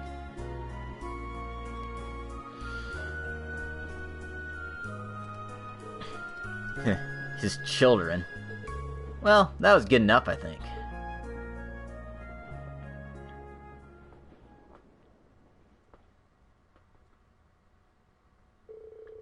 The Blood and Iron Chancellor, Gileath Osborne. A puppeteer. A man who had the power to create world wars and launch his own nation into them. It's not unfair from that alone to call him the worst man in all of history. We still don't know how many victims he left in his wake. Perhaps the actual number would be large enough to drive a person mad. But to tell you the truth, I can't say I'm one of those people. I don't really mind what he did. People would probably say that's a convenient way of shrugging it off, but I actually understood the old man's ideals, and I was prepared to do what I had to help him accomplish those ends. Though the old man didn't even tell us the whole story about his final plan. I bet Claire and Rufus didn't know either. But 15 years ago, the spring we first met, I think I could already understand what he was all about. And the old man probably caught on. We had that same ability, to see through someone's true nature, to understand how to accomplish something. But I'd already given up. I'd chosen to just let everything disappear. And that way we were different. The old man had a goal, and to achieve that he'd attain all the power he could, and overcome any obstacle in his way. And in a way, I think that one moment had more impact on me than the letter I'd received from my father. And being shown that living in such a way was possible, I couldn't help but get innocently wrapped up in his ideals. In truth, Gileath Osborne was anything but inhuman. Welcome to the stream, Draconic Rat. We're doing Hajimari episodes today. It was the opposite. He was a patriot, as well as a man overflowing with compassion, who wanted to help people, even if it meant projecting a stone-cold exterior. He did what he had to bring about his military rule. Realistically speaking, he had no choice but to live that way. He was constantly being pushed to the edge. He had to completely envelop himself in his faith in order to keep on going. Never knowing when he might break down, he put all his spirit into anything he was doing. No matter what, he'd always keep moving forward, relentlessly. He threw away everything he had, everything he could be, all in order to pursue a single dream. That's because there was nothing else left for him on the path that he chose.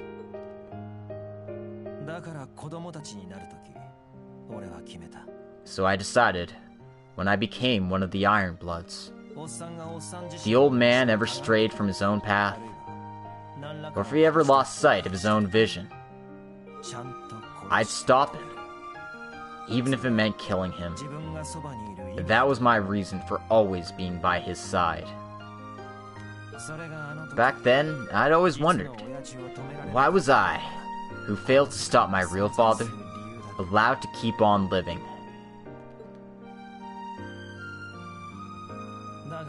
But now, the old man's hopes are being fulfilled by that other son of his, Schwarzer. But there's still a mountain of things left to do. The whole continent's in a grave state, way worse than it was before the Great War. Putting the Empire back together is one thing. There's the matter of the reparations to be paid, and it doesn't feel like there's much left worth doing. However, It's far too soon to take some lofty view that all in the world is fleeting and pointless. On the contrary, you should try and find a meaning for the life you were given.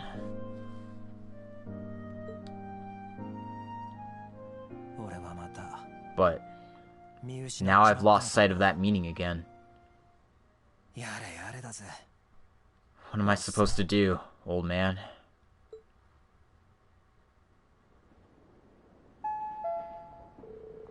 Next stop, Keldic Station. Keldic Station.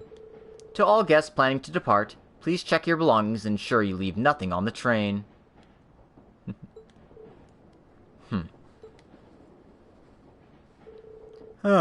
Guess I dozed off a bit, huh? I haven't really had much time to reflect. Well then, why don't you come on out? Seriously, next time try to make it a bit harder to notice that you've been tailing me from before I even got to the station, won't you?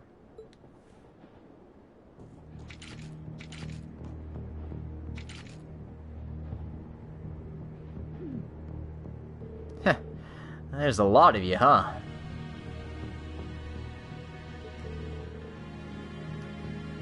You're right on that front.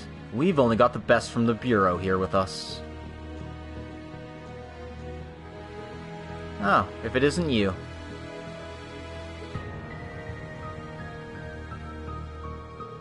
Hey, hope you had a nice nap, Lecter. I see. So this is your squad. Just hearing the rumors didn't really do them justice. Well, anyway, guess I'll hear you out. What the hell are you doing here, Hubert? My apologies that it had to come to this, Lecter.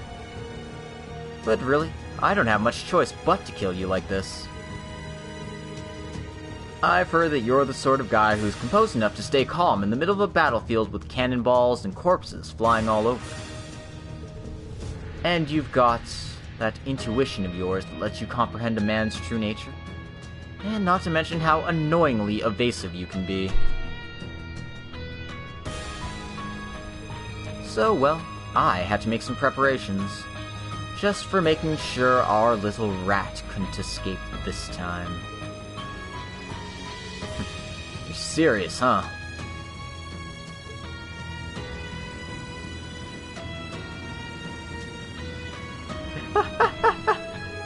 Think about it, Lecter.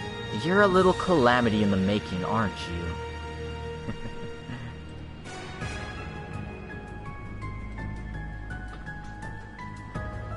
Yeah, Milliam's great. She's easily the best Ironblood, by like a wide margin. And Lecter is easily the worst.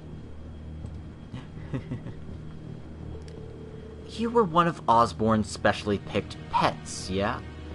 But with your benefactor gone, you're about to lose your standing. As your colleague, I can't help but pity you. At least I can put you to good use like this, can't I? And even though we were together this morning, well, I guess that was part of your plan too, wasn't it? I doubt the Bureau Director asked you to do this. Doesn't seem like it anyway. But I bet there's someone, somewhere, that would just love my head as a souvenir. Say, someone from Central Intelligence? This guy.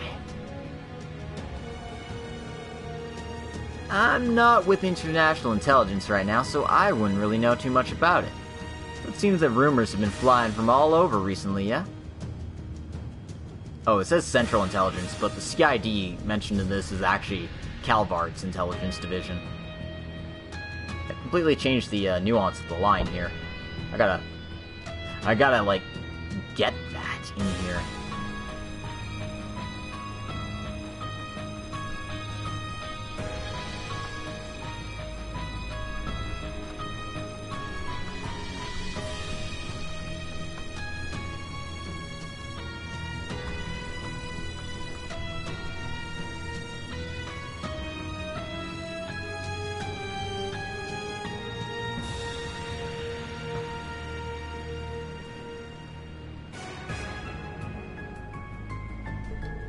Like, I heard a story about a certain new president seizing power. You know, those sorts of rumors. I guess the declining intelligence division can try and pick itself up by leaping gracefully onto a new stage, its new souvenir in hand, blooming anew like a flower in spring. Ah, what a romantic idea. That's the sort of shit you're planning with this, aren't you? Major, are we gonna keep letting him... I know. You know, I've always hated them. Smart asses like you. But hey, I'll let you prattle on like this, if that's how you want to spend your dying breaths. See you later, Lecter. Enjoy your little trip to hell.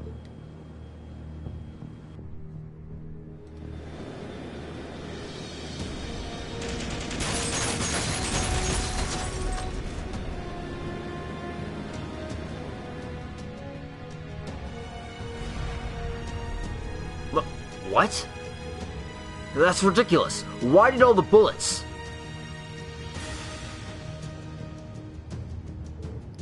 There's no way. So you getting off at Trista was just a ploy, huh? Thanks for putting in the overtime, White Rabbit. Nice timing, really. This isn't overtime, Lecter, seriously!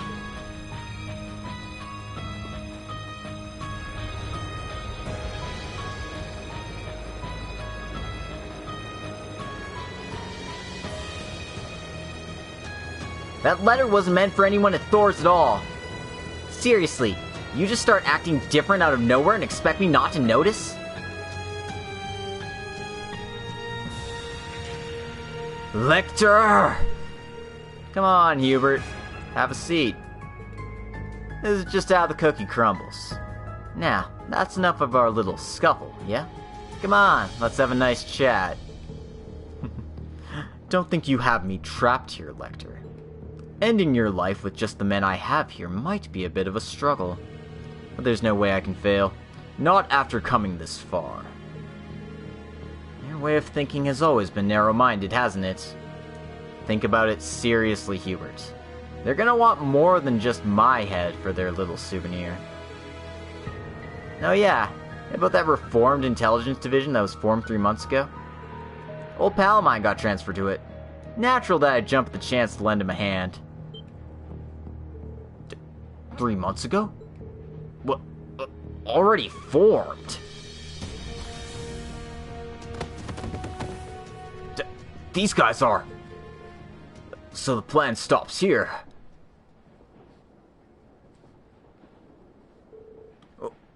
What? What is this? Some sorry excuse for turning the tables? Fine then. What are you going to do to me? Who do you think I am? I wasn't really planning on doing anything to you. What the hell are you saying? Well, how should I put it? And that's it. Thanks for teaming up with the CID, Hubert. It was just how I planned it. Hey, wait a second. Are you implying... Are you trying to pass me off as some triple agent? My alliance is with the CID. There's no way you can get away with this. It'll leak. Well, it's not too hard to thoroughly scrub your record and pass you off as a double agent, you know? Man, I can't believe it. You were actually betraying the CID? That's crazy. But if they catch wind of everything that went down today, your colleagues might start thinking something like... No way. He actually negotiated a deal with Lecter. Maybe you're some kind of triple agent.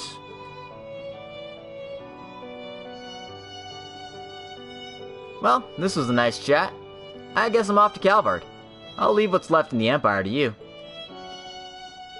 Hey, wait a second! How long ago did you notice? When did you figure me out? It's from the very beginning, Hubert. When we were greenhorns, from the moment we became colleagues, you'd always be following behind me, following me up the ranks. It was pretty clear to me that you were planning to betray me at some point or another. But hey, I needed that too. It actually made things a lot easier for me when I needed to just shut out the upper brass and get my job done. You're just like that old trash. You're just like that iron-blooded bastard. Naturally. I leave the rest to you, my humble compatriot Reigns. Yeah, no choice, really. Nah, don't feel down over this. We both gotta deal with a sticky situation right now, so let's both put on a good face, yeah? I don't want my home country of Liberl to endure the same tragedies again. To that end, I can't help but be worried about the Republic's movements. I'll spare no effort to ensure they don't try to grasp continental hegemony. So come on, let's keep moving forward. The Reformed Intelligence Division has a single goal as its founding ideal. Let's work together for the stability of Western Zemuria.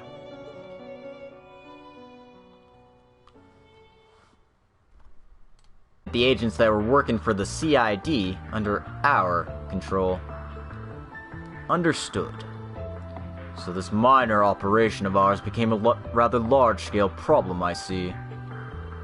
Yeah, all those agents were wrapped up in it after all.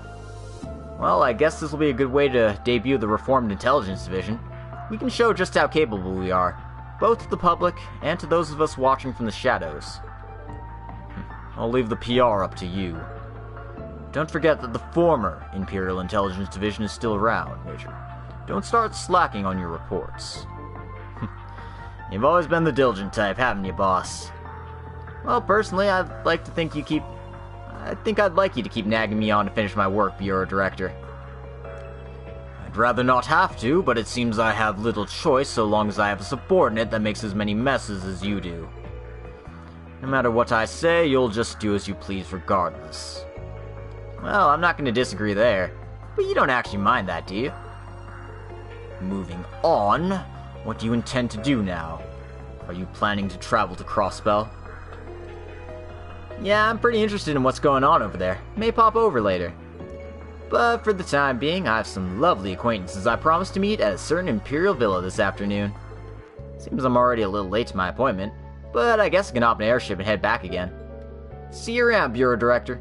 I know you're super busy cleaning up all my messes, but you're starting to get a bit over the hill, so take care of yourself, yeah?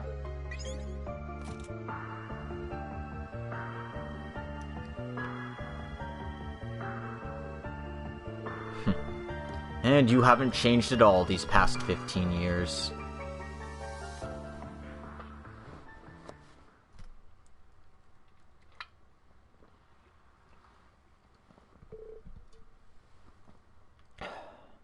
Present day.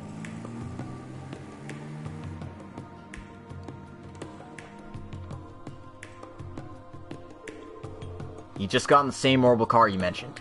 We're not letting him get away, are we? After this, he'll be heading for the Garnier district, and then the Imperial Harbor after that. There's one employee who started working at the Opera House, and the other work at the harbor. I'm the ones that started working around the beginning of September.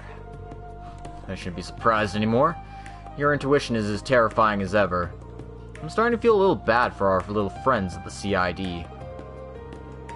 Hey, that's not my fault, is it? Sometimes you need to be a bit pushy to get things done. If you got that, get the job done fast and then come back in a reasonable time. Alright, Klein? Yes, understood, sir.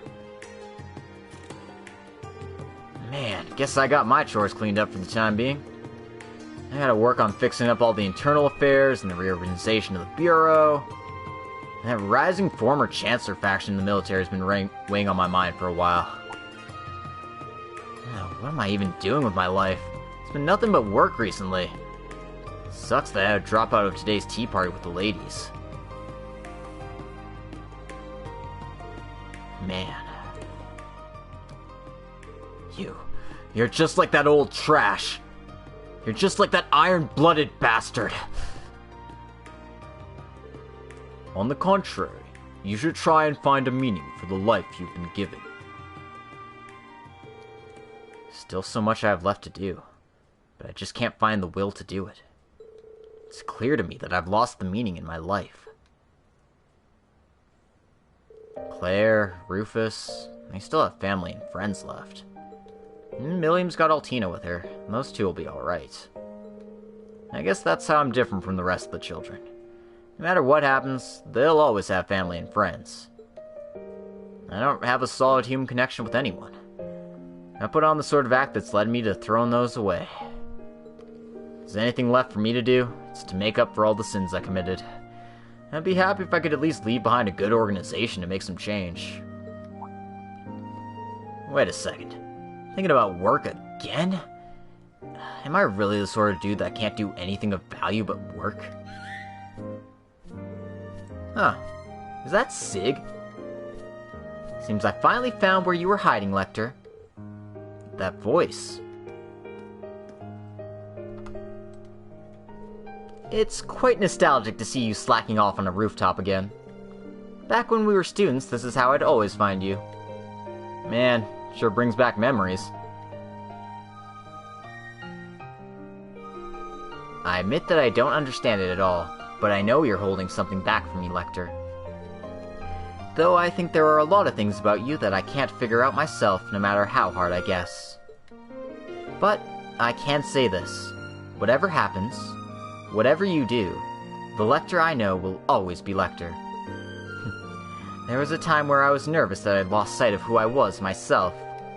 But on that day, I don't think I'll ever forget how you called out to me.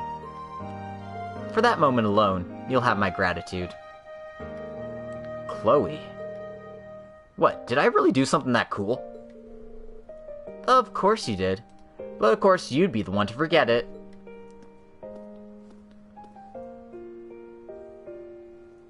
It's ridiculous to think how little common sense you had despite being the student council president. We had no shortage of trouble to deal with, thanks to you. However, you did help us out countless times, even if I didn't realize it myself in the moment. Even now, you're irreplaceable to us. So Lecter, please don't feel like you have to take on everything yourself. Even if it's just with the two of us, I want you to be honest with how you feel.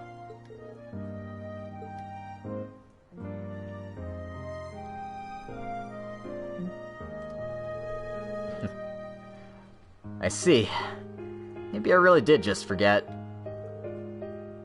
Thank you. So long as I've got you two with me, I can keep moving forward without losing my way. Lecter? Are you doing alright? Do you have a fever? Hey, wait, you're getting flustered over me saying something like that? I swear. I guess that's fine. Well, it's a little late, but let's get going. Chloe, does right now work for you? I know you gotta catch a flight back home soon. Ah, yes, I'm leaving in about 30 minutes. She's had to conceal herself, but Julie is acting in the city as my bodyguard. She may already be waiting for you at the airport. Hey, Chloe. Right now, Jill and Hans are in Liberl, aren't they? And Leo as well, I believe. They are, though why do you... Oh. Well, it's unfortunate, but I can do my chores for work whenever I'd like. Ah, yes, quite unfortunate indeed. But I suppose this is our one chance. Hey, wait a moment, ladies. I'm not liking how you two are on cahoots all of a sudden. Lecter, you're coming with us. Wait, what are you two doing? No way, are you guys gonna actually drag me over to Liberl? Now we can finally have that school reunion we were talking about. I apologize for inconveniencing you, but I think it's time for you to take a little vacation. Wait, let's just talk this out. You guys gotta understand I'm busy with... Nope! Come on, let me go!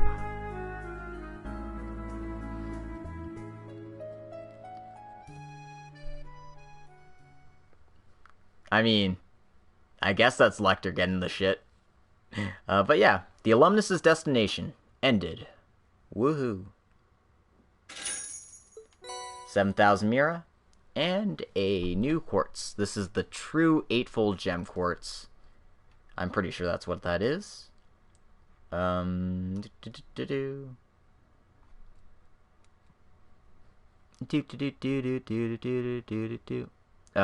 8-hand mirror.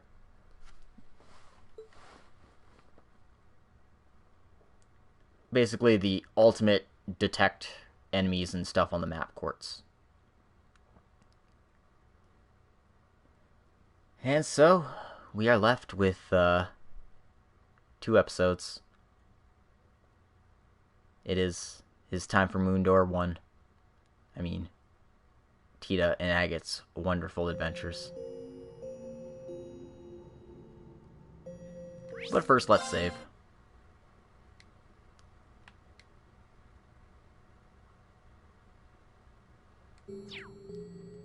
And, yep.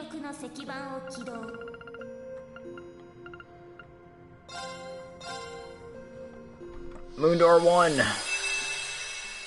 It's back!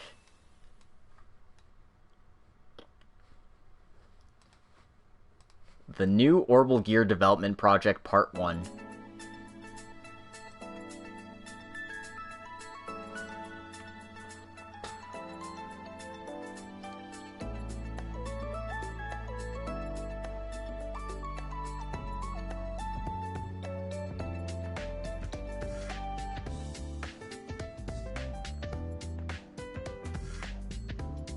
Screaming Agate Part 4? Something like that. So it seems like that issue was resolved. I wonder if the data we collected during that battle helped then. Yeah, it's all thanks to everyone's support. And with this, the development of the Orbital Gear 3 is finally complete. Passing marks, I suppose. What do you intend to do next? Well, actually I have no idea. In that case, it seems you're free. You can help me by analyzing this. What is it? Don't ask me. What? But... Oh, you're telling me to look into that myself, too. There's no rush, and I don't need you to report each and every intermediate result. Just do it as you have time later. Was there something else? Oh, no. But you just seem so busy lately, Professor. I was wondering if there's something more I can do to help out. There's no need. That voice. What? You finally come, Erica. Russell. Damn, she's brought a whole gang with her. Long time no see, Dr. Schmidt. It appears you've been looking after my daughter, then. Mother, why are you here? And Estelle, too? Well, we're actually Dr. Erica's traveling companions. I'm here for work. A rather difficult project, actually. A difficult project? Before that, though, there's something far more urgent to discuss.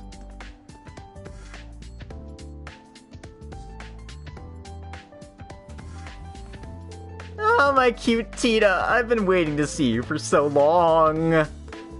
Mom? Did you get cuter? You did, yep, no doubt about it. Oh, your cuteness is almost cheating, really? Stop it, Mom, everyone's watching. Oh, don't be ridiculous. This is a long-awaited reunion between a parent and her child. I have to refill on my Tita energy. It's been months. Dr. Erica? Nah, don't worry about it. This is pretty typical of her. I feel bad for Tita, though. Come on, Mom. This is so embarrassing. If you want to mess around, please do it elsewhere. Sorry. Oh, excuse me. I forget I should be quiet in this nursing home with its elderly patients. Aren't you as cheeky as ever? You're a grown woman, but you still behave like a child. And yet you're somehow old enough to be a mother. It all seems off. Oh, you're trying to say I have the curiosity and imagination of a child? At least I have confidence in myself, as I'm not an old man who can't come up with any more of his own ideas. Listen to you now. I can't tell if they hate each other or if they're just in perfect sync. It's probably the latter, honestly. Well, Erica's about the only young engineer who can hope to stand up to him. Yeah, they do seem pretty similar. Unlike old man Russell, who is just inventing stuff for its own sake, these two seem to be working with a purpose. And that includes methods that really shouldn't be used, or getting people involved who really shouldn't be. Hey, Redhead, I can hear you! So, why are you here, Mom? Ah, right. Let's get down to business, shall we?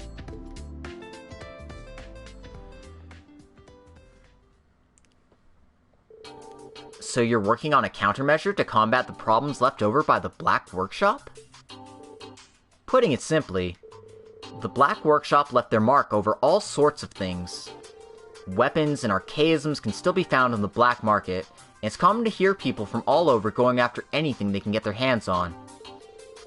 These things could take root and sprout great evil in the future. The guild's also on alert. Sounds pretty bad, but what do you have to do with this, Mom? Well, the Imperial government submitted an official request and I came on behalf of the ZCF. And with Dr. Schmidt and Dr. Erica at the center, along with myself due to be connecting to the former workshop, the guild, and supporters from Rhineford, we all intend to investigate the location where the remnants from the workshops lie, and dispose of them. That's why the countermeasures team was formed. I see. I'm a bit surprised that you're involved in this, Professor. I don't know if this is just speculation of the guild or the government. All I really care about is that data left over by the workshop. That is important too. You two really are unshakable. So, is there anything I can help with?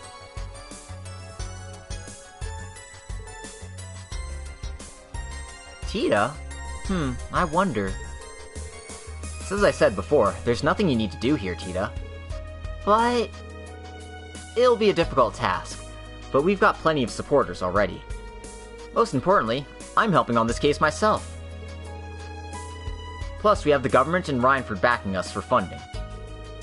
This is a matter my father was involved in, and one that my mother is also connected to in a sense. So I intend to make full use of Rhineford's power to solve this case. Even if things go south, we got plenty of people supporting. You don't have to worry about a thing with this group. It's true if Agate and the others are all there, but... That's quite right. Tita, you should prioritize your student life now that you're finally able to get back to it.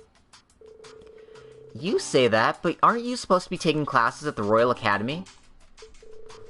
Oh, don't worry about me. I got permission from the Dean to consider this part of extracurricular activities. I might be able to publish a new paper based on the results of this investigation, after all. Oh, that's kind of unfair.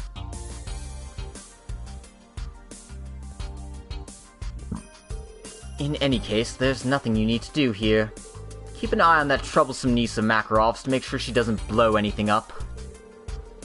Even if it's Mint, I doubt she'd do anything like that. Oh, I lost hold of the wrench. Oh god, is it stuck in the heat exhaust port? Oh god, it lit up. Oh, Adios is burning. Ah! Oh god. I'm gonna go check that out.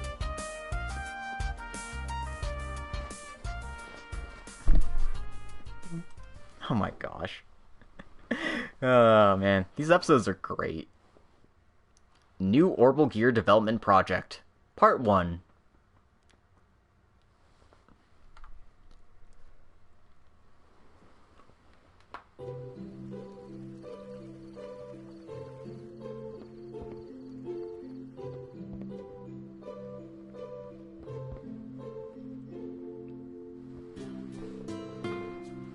So that's why I decided to stay in the Empire for a while myself. How long do you plan to be here? It's a pretty extensive project, so it'll take about 4 months. That long? It's fine. I left things to the old man Liberal for now. Sure, there's things I left behind there, but I'm much more interested in what's going on with the workshop here. And you're sure I can't help out at all? It's fine, Tita. Don't worry about it. Actually, our investigation schedule isn't even that tight. I'd rather spend more time analyzing data. And if something does happen, we'll be able to solve it right away. So, you don't need to worry about it, Tita. Well, if you're sure about it, it makes me feel better at least. Besides, in the worst case, we have a human sacrifice in Agate over here. Mother? Just a joke. Yeah, I don't believe you. Oh, Agate Crossner. Even if I don't have to take it that far, there are plenty of other things I could work you to the bone for these 4 months. What do you mean, things? Why do I constantly feel this bloodlust coming from you? Nah, just look forward to it.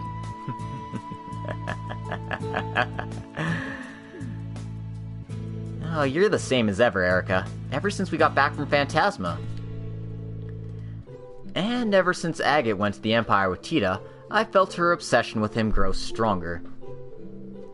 Thinking back, there are quite a few times where she treated you badly. I'm surprised you're still alive, honestly. Your A rank is well deserved.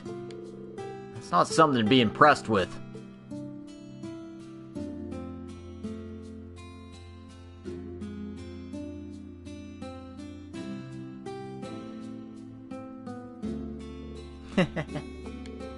What's so funny? Oh, this just felt really nostalgic. It reminds me of when we were all back in Liberl. That's definitely true. Oh, by the way, Tita, how's your student life now that you're back at it? A lot of stories came up, including about those instructors of yours. Well, everyone's been super nice, and there's so many interesting people. I was a bit worried when I came to the Empire, but I feel totally fine here now. I see. That's great. Yeah. In that case, you need to get started on your goodbyes then. What? Don't worry, we can invite your close friends to Liberl soon. I should tell all the instructors again, shouldn't I? Mom, what's going on? What do you mean, goodbyes? Well, there was another reason I came to the Empire. I came to take you back with me. Back to Liberl. What? I didn't hear anything about this. Why in the world? How long do you expect me to leave my precious daughter in such a dangerous place? I heard that the branch campus came into direct conflict with the government during the war. There was a reason for that. We were all doing whatever we could. I don't care about the reasons. As a result of all that, you were captured and placed under house arrest, weren't you? Yes, but I was totally safe in the end. But if you had slipped up even once, I might have never been able to see you again.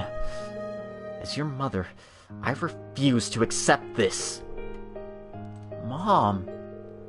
And so, I'm taking you back with me whether you like it or not. But I want to stay with everyone. Hey, Erica. She's doing her best here, you know. Shut up, Agate. If you had been able to protect her properly, she wouldn't have ended up in a dangerous situation in the first place. The day you two left, I remember you being all cocky saying, "Oh, I'll definitely protect her." That wasn't Agate's fault. I just wasn't experienced enough. No, you're right. I have no excuse. If I'd been a bit better, she would have never been captured. So maybe it's true I'm not qualified to speak up about this. Agate? Let's ask the opposite then, Tita. What do you want to stay in school for? We're right in the middle of classes, and I have another year before graduation. That's completely irrelevant. Irrelevant? Think, Tita. What was the reason you came to the Erebonian Empire in the first place? Well, it was to study under Dr. Schmidt to complete the Orbital Gear 3, and it was to help out Olivier in place of Estelle and Joshua since they couldn't enter the country.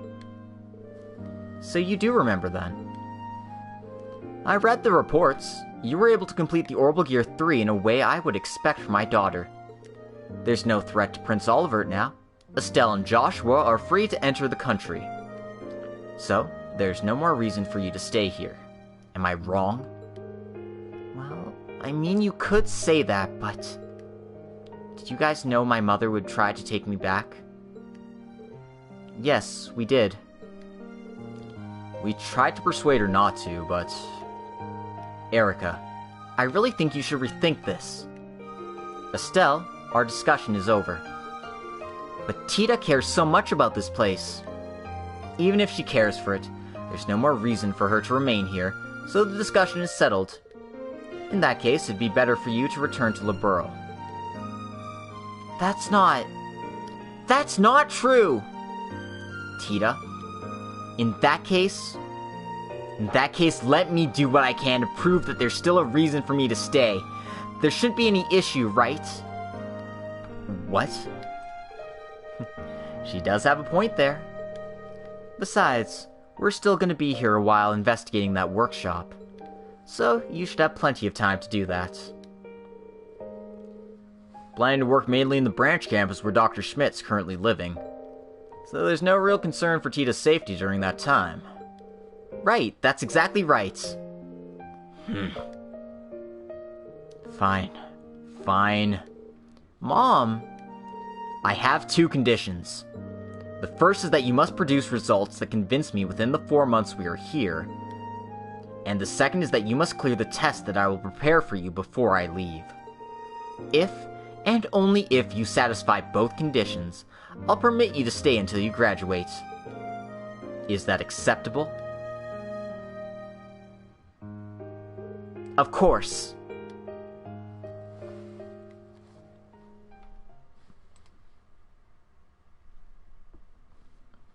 The Orbital Gear 4 project. Alright, we'll begin the first planning meeting of the Orbital Gear 4 project.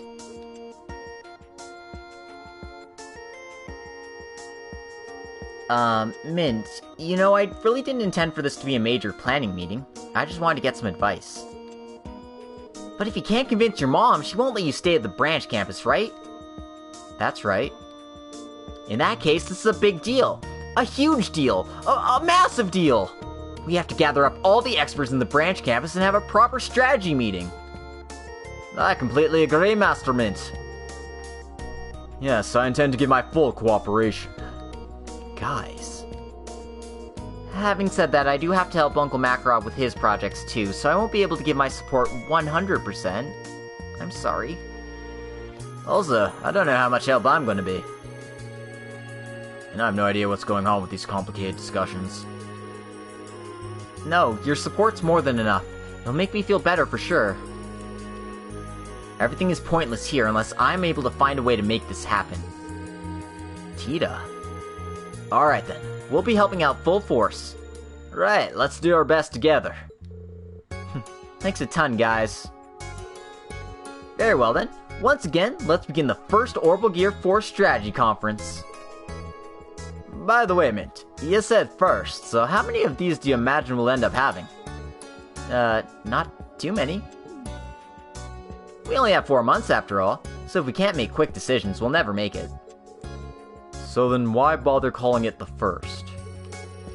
Kinda, sorta... It just kinda felt right. So, Tita, what's the Orbital Gear 4? Seems like it'll be difficult to create a new model with superior specs so soon after creating the third. You'll have to convince Dr. Erica with this. Are you sure you don't want to focus on something else? No, this should be fine. After all, my mother designed the very first Orbital Gear, and so I think advancing that concept as far as possible is the best way to win her over. Makes sense. Yeah, then I guess I've got nothing left to say. Then again, what can we do to make 4chan better than 3chan? Hold on. Sorry, 4kun. It's definitely not 4chan. I was like very concerned. So, why are we calling them 4kun and 3chan? I have no idea what the standard for that is, mate. Yeah, I don't really get it either. But, thanks to everyone's help, the Orbital Gear 3 became a very successful project. Where to even start with the next generation device that would surpass it? That's a troubling question. We'll have to add new features to it as well that we've never had before. New features? I wonder what would work for that. Thinking of charm, it's pretty moving the first time I saw a Soldot fly. Fly? Oh, huh. Right.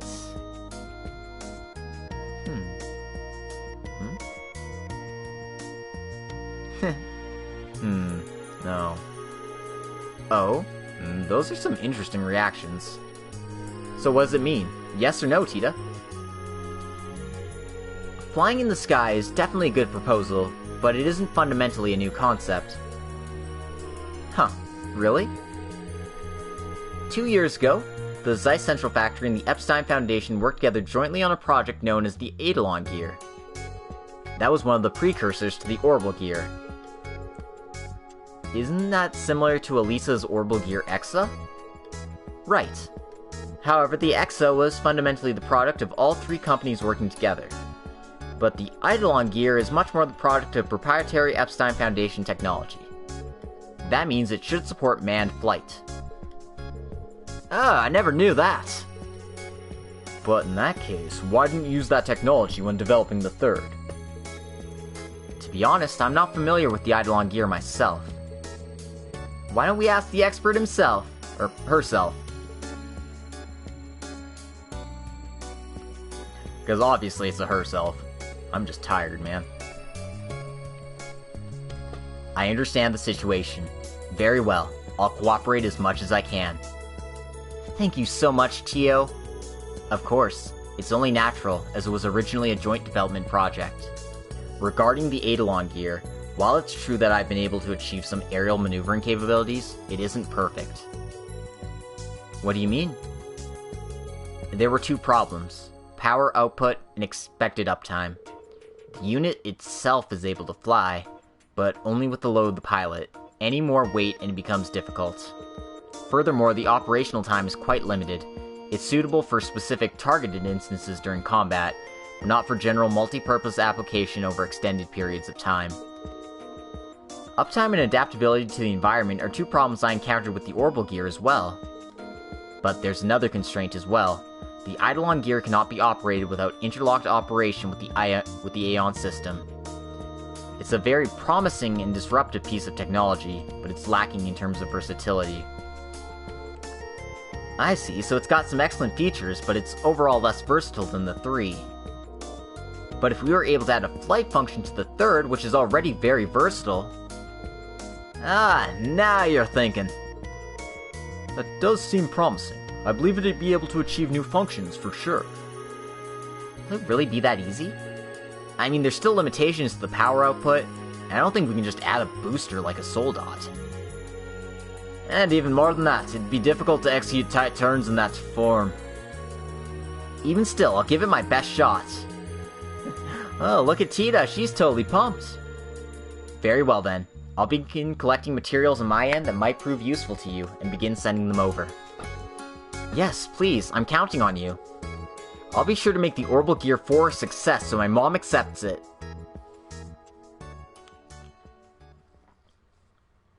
One month later.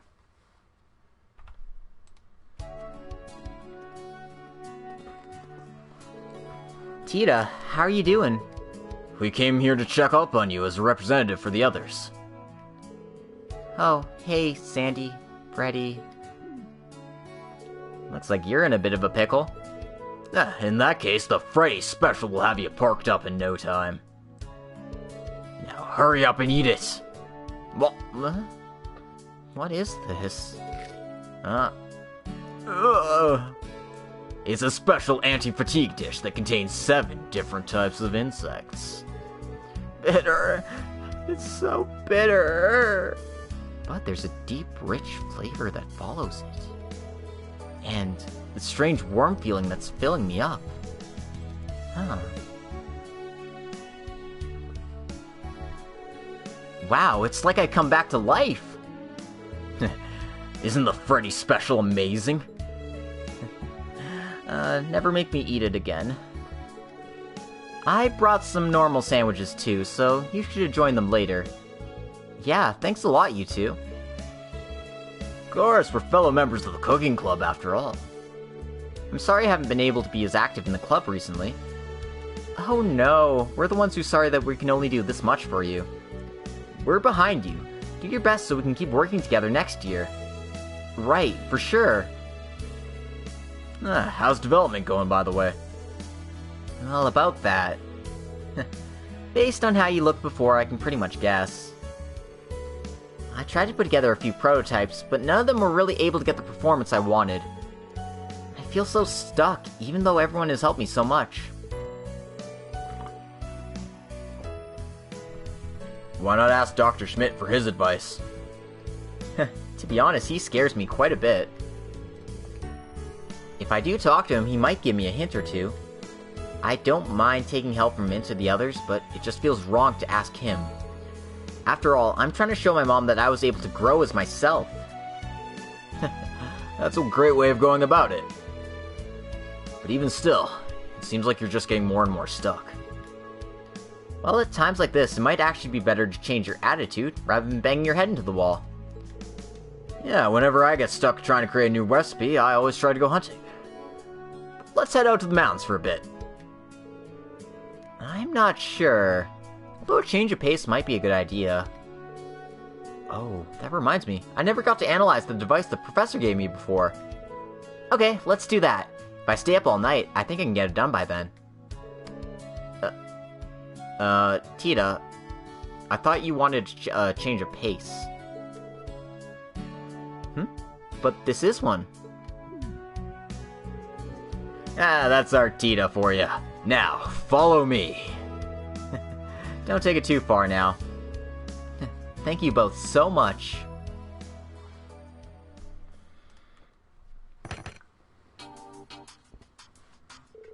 This reaction, is it a gravity engine? I've never seen one so compact. Seems like it'd be pretty hard to operate. Maybe it's still just a prototype. So that's why the professor lent it to me. I see. But in that case... Dr. Schmidt, do you have a minute? What? I'm busy. Keep it brief. About that device you gave me before. I told you, I just want a report on it. I just want to confirm its function. It's... Do what you want. Huh? You can do what you want with it. You don't have to ask me about every little detail. Right. Thank you very much. Excuse me then.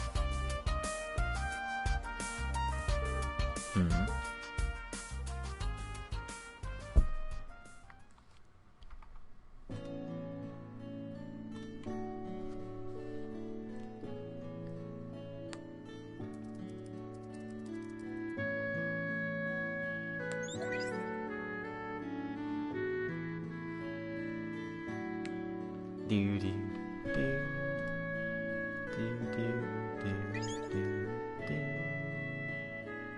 do.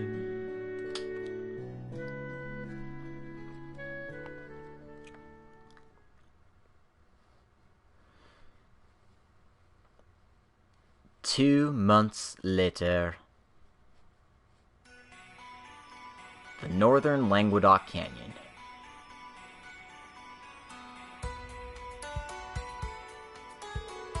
Okay, time for the final operations test. Just 2 more days before we present it to Erica, so this should be the last one. You did well to make it this far. It's thanks to that new type of gravity engine the professor gave me. Its internal construction is quite unique, and it was difficult to modify it, so I was actually able to use it. But when I installed it into my prototype, I got unexpectedly good results. And that just led me to more and more ideas, and before I knew it, the prototype was already completed. I did some further tuning after a few test flights, and that's where we are now.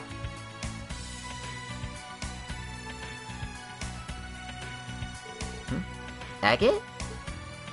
Sorry, just thinking you're the same as ever. Aw, you're making me blush. Anyway, thanks for joining me today. Well, it's not like I was gonna let you do this alone. Is it really necessary to come all the way out here? Well, since it's the final experiment, I wanted to capture as much data as I could. There aren't a lot of people out here, and with the varying terrain, it should be perfect for flight testing. I see. Well, go nuts then. I'll be watching from here. It's just holler if you need me. Right, here goes then.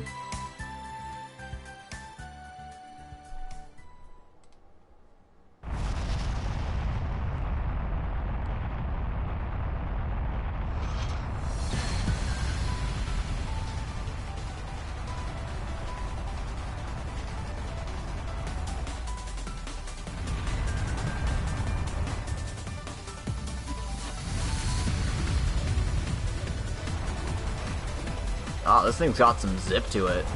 Dang.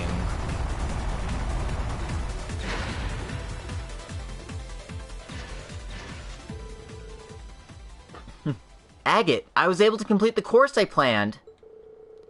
Seems like it went pretty well. Not that I can understand all the hard math you were doing. Are you happy with the result? Looks like it was a good flight. Yeah, that light's very similar. And, also the music that was playing too. Yeah, it's a big success. I'm positive my mom will accept this. See. All that's left is to clear Erica's test, then. Well, with this here, this shouldn't be a problem. Thank you so much, Agate. This might be premature since the test is still coming, but I'll be counting on you for the rest of my time as a student here. Right, of course. I mean, the guild branches have reopened across the Empire, and they're lacking manpower, so I'll be sure to chip in. I'll be able to keep coming in to check in on you.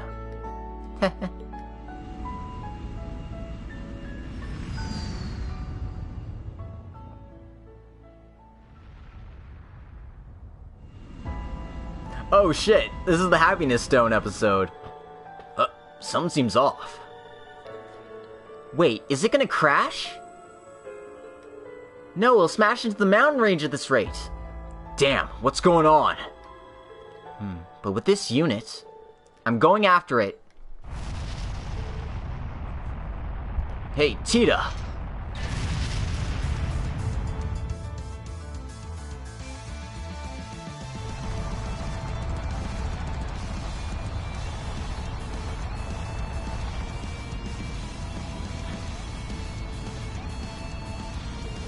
What? Has the engine stopped? Whoever's on board the ship, can you hear me? Who are you? There's no time. Grab onto something. I'll figure something out.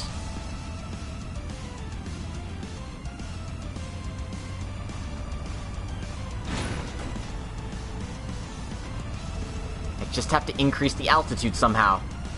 Output to full.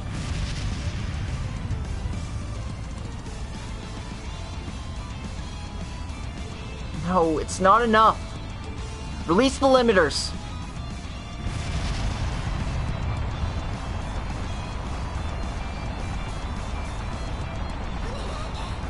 Please, go up! Ah!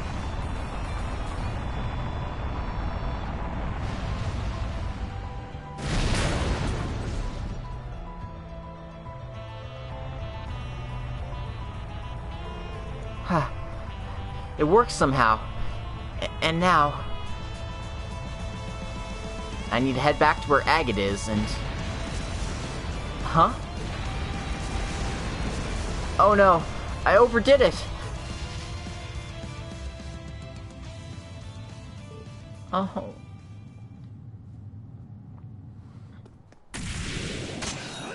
Ah!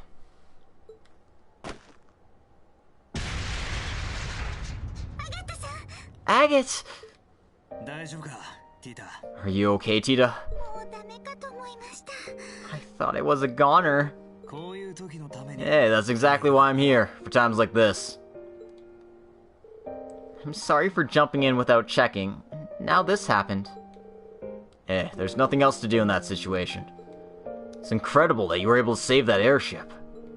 Nice job, Tita. Agate? I'm really glad you're safe. The problem now is... the Orbital Gear 4...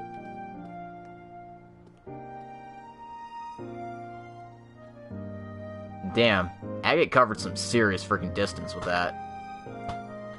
Also, what's this dude doing here? Why the hell is this dude just freaking chilling out here? Stupid fake Emperor Elysium bullshit.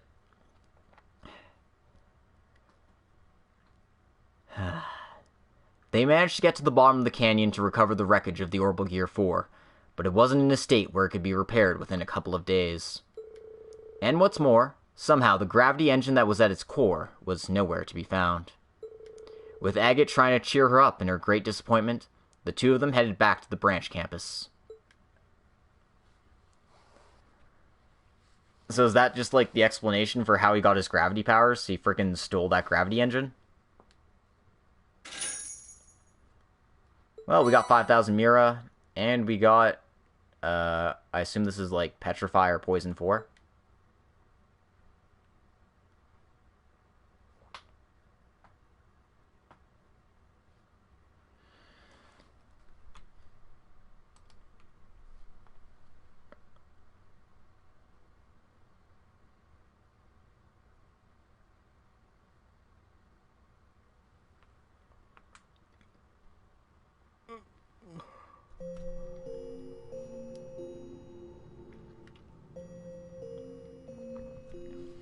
Alright.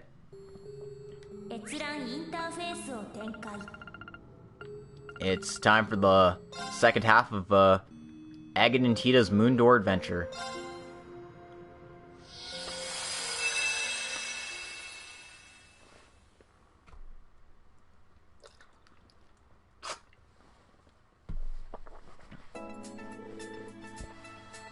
And that was the extent of the accident. You fool! Aw, I'm sorry. I ruined the brand new technology I developed and lost the gravity engine. No, not that. I told you could do what you wanted with that. Damage during testing is an inevitability. The entire premise of this incident is wrong. Premise? That device was not a new type of gravity engine, so I'm calling you a fool for not recognizing that. What? That was an article recovered from the Black Workshop. The Black Workshop made it? No, that's wrong as well. Judging from the data you collected and from your report, it appears that the device is an artifact. An artifact? I see. Now that you mention it, I thought it was some new type of groundbreaking technology I'd never heard of before, but it makes much more sense for it to be an artifact. You should have determined as much from the beginning.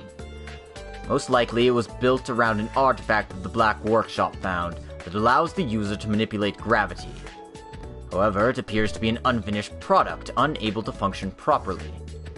I suppose I should be able to appreciate the fact that you made it somehow functional. Wait, if that's an artifact, isn't it really bad that we lost it?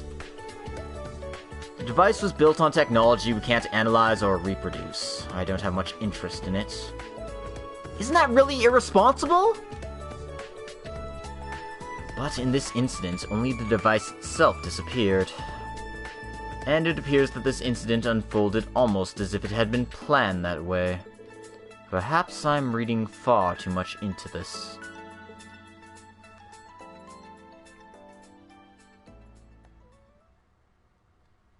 New Orbital Gear Development Project Part 2.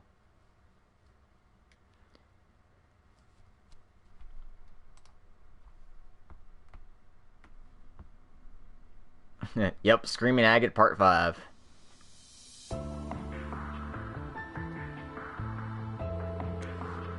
And that should wrap up our investigation and cleanup of the remnants from the Black Workshop. At the very least, it doesn't seem to be any more cause for concern from the former sites. And no more danger of anything leaking out. But we weren't able to fully collect everything that had already escaped. So there remains a need to be vigilant for weapons on the black market. I think it's best to leave that to guys like the Imperial Intelligence Division. I don't think it's a really big deal, honestly. If there really was anything major, it would have already been scrapped, or a certain someone would have already gotten their hands on it.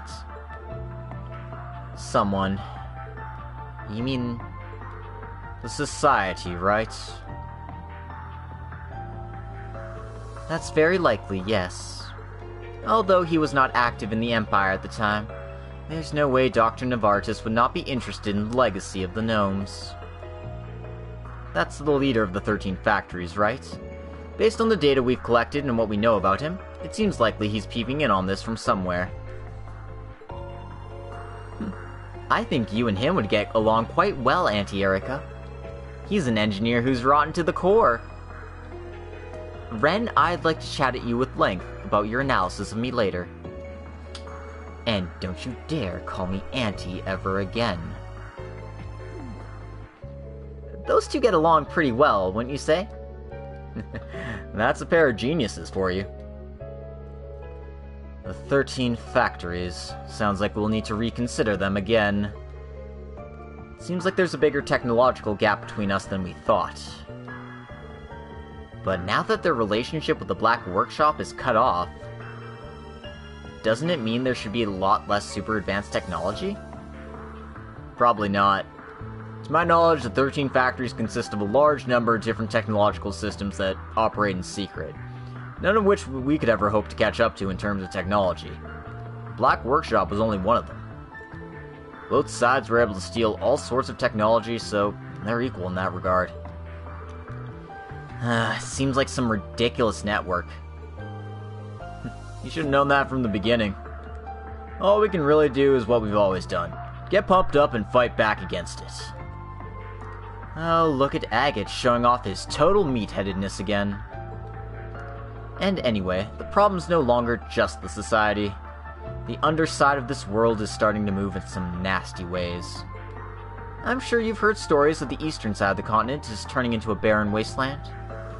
Not to mention the tales of Jaeger Corps and other nefarious groups starting to move all over. Their influences are beginning to spread into PMCs as well. Private military companies. And there's apparently been I've even heard that there's been an incident at the guild headquarters. Not to mention with the reparations being paid out from the Empire to the Republic following the Great War. The power balance between the two great nations is disturbed, meaning numerous smaller forces will rise up. I think that's definitely the case. Looks like work's just gonna get even harder for us. And through all of this, the possession of technology will become more and more critical than ever. Considering the expansion of the orbital network, information is being transferred around the world faster than ever. And so I, Erica Russell of the Zeiss Central Factory, am prepared to make a certain proposal on behalf of the ZCF. And that is the creation of the West Zemuria Technology Federation. Technology Federation? Put simply, it'll be a mutually beneficial society for helping engineers and other organizations. The primary goal will be to strengthen our overall technical capabilities by improving the coordination and cooperation between all groups. This will allow us to face the various technological threats brought on upon the continent by the 13 factories of the society and others. Well, that's a bold proclamation made by the daughter of Russell herself. Now, of course, such an effort would only make sense if it was backed by organizations of substantial clout. And so, Dr. Schmidt, I am formally requesting your participation. You think I'd participate in your little game? And there's the expected reaction.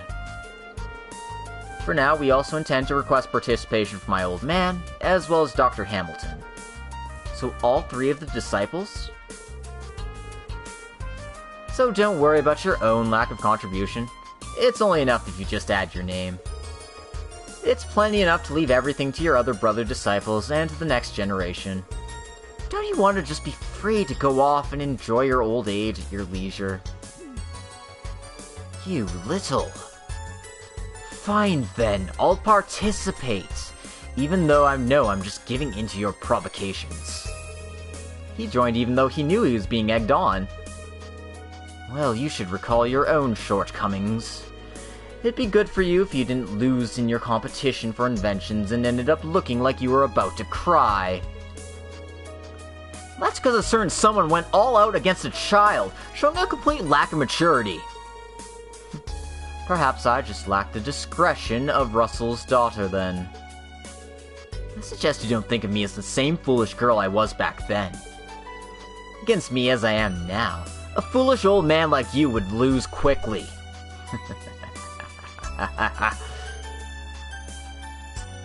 Look at that confidence. I won't forget those words.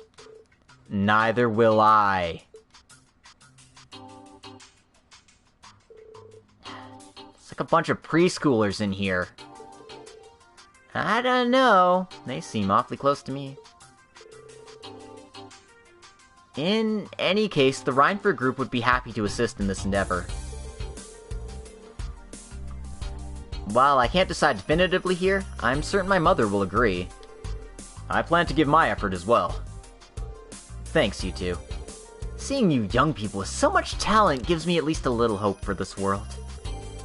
Seems interesting. I'll help out as well. Yes, I already included you in the numbers. Given your several dissertations, as well as your connection to Jorg Rosenberg, you should be very valuable. Oh, seems you did your research when I wasn't looking. Seems like you thought of everything then. Of course I have.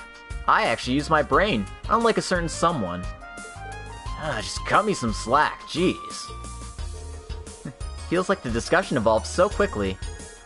Yeah, it really did. However, there's 2 more groups who must solicit help from to allow this effort to reach its full potential. The Epstein Foundation and the Verne Company. There's a good chance we might be able to get there with Foundation, depending on our negotiations. But the Verne Company... Right, Verne Company's a company that collaborates between industry and academia quite a bit, and it's funded by external capital, unlike Rhineford. Given that, it might be difficult to reach an agreement with them, as the proposal involves a lot of political issues as well. Maybe if Dr. Hamilton was present, and we'd be able to meet up with Dr. Schmidt and Dr. Russell, the discussion might go somewhere.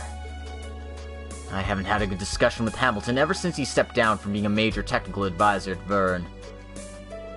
Dr. Hamilton took care of Dan and I quite a bit, but I am worried about the situation as it is now.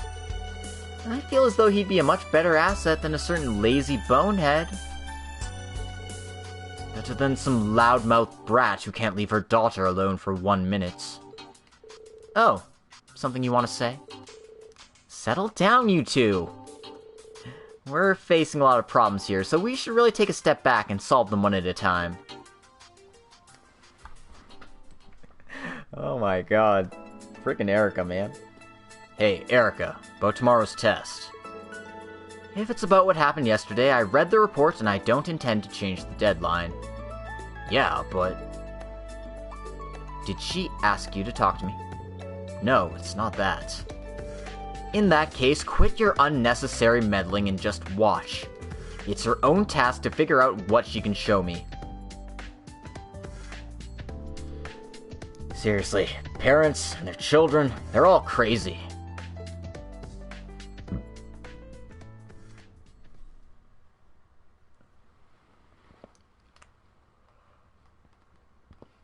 The next day.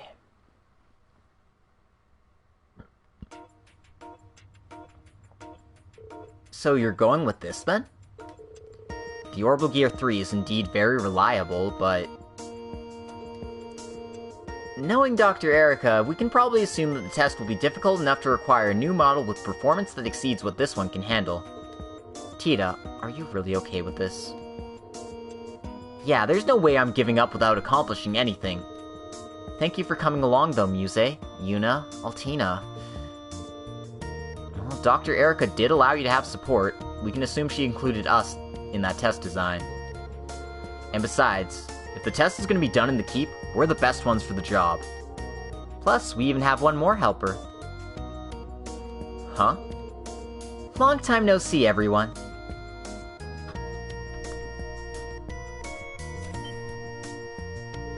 Princess Alphin? It hasn't really been that long, but why in the world are you here? Wait, are you the other helper? Yep, none other than Alphin Rise Arnor. Pleased to be at your service. What? The princess. I heard the story from Muse. This is related to the incident in which you were placed under house arrest, Tita. And given that, I myself am the one responsible. So in exchange, I decided to ask the princess to lend us her strength. I'd like to do what I can to raise our chances of success for you in this trial, Tita. Muse? But princess, nothing that happened was your fault. Oh, are you saying you have nothing to do with your fellow prisoner? I thought we were restrained together as friends. No, that's not what I meant. So in the end, I was the only one who felt that we were able to stand up and fight together and get over our hardships? No, No, Princess, I thought we became good friends. So, there's no problem at all then. I'll be cooperating with you as your friend. Well, okay. Strong arm negotiation is the princess's strong point. I did try this on Rean too, but it didn't work quite as well. Yes, the instructor's quite strong. You'll have to be a bit more bold. I think you could stand to have a bit more self-respect. I think I'm now able to understand the troubles that Elise goes through a bit more now. But if you were to leave the Empire now, Tita, I'm certain my brother and Shara would be quite sad. So please, allow me to assist you, for both of them as well. Princess Alphen? The challenges that lie in wait for us might involve some amount of danger. Oh, there's no need to worry about that. You know, even Toval recognizes my skill with orbital arts. The Zero Artisan? You're talking about during the Civil War, right? You were really quite reliable. It's time. Mother, I don't believe you should need an explanation for how the keep works, correct? No, I'm fine. Well, just make it to the end. I've designed and adjusted parameters to create level XX. So if you take it lightly and assume it's gonna go just like it did with the old man in charge, you might really get hurt. You're saying Dr. Schmidt's tests weren't that bad? Does seem like we'll need to rethink the level. Well, we'll pull through this, somehow. Let's set out then, Tita. Right, we'll clear this test for sure. I'm counting on all of you.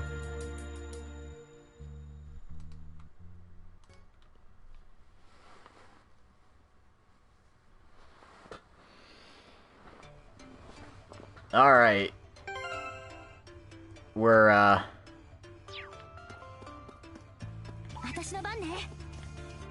We're doing the Einhell Keep. Of course it'd be a dungeon crawler for the last one.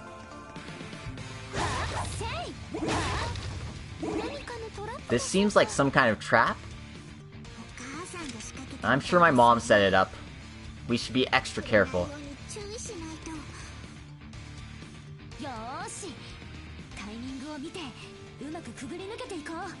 Alright, we just have to figure out the timing and push through.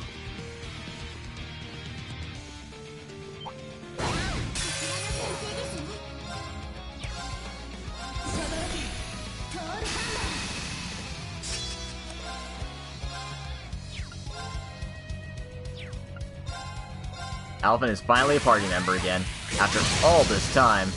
Yep.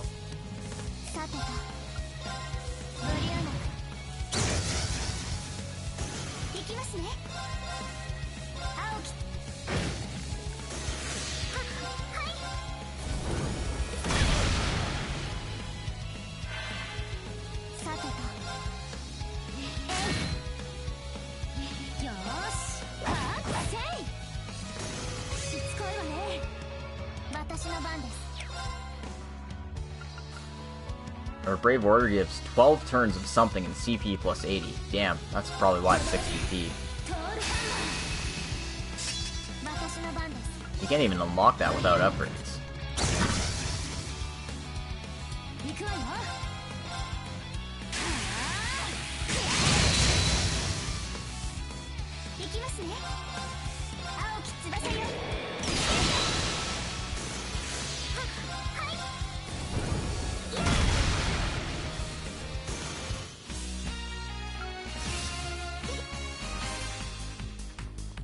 Alright.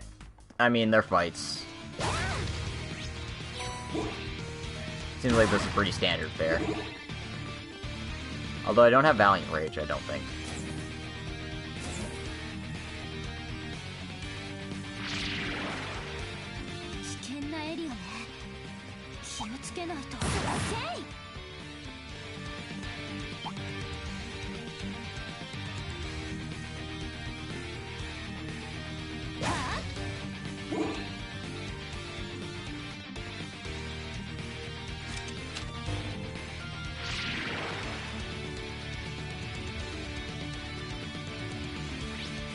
I mean, yes, I could have just ran for the exit, but, like, whatever.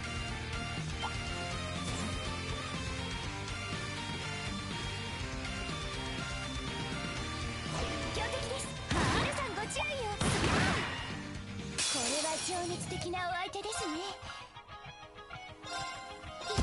いきます。チャンスです。いただき。さてとボリューム今です。続きます。はい。青き翼よ。チャンスです。よーし。ブラスト行くわよ。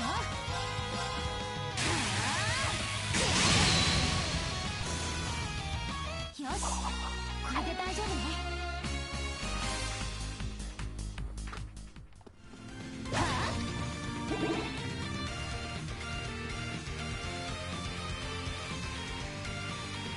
Oh, is this it? That can't be it. That seriously can't be it, right? Well, whatever. I'm gonna save just in case.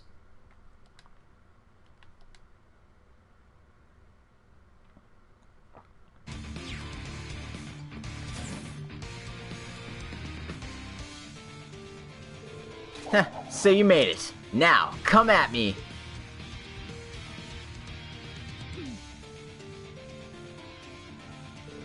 Hey, you two, get with me!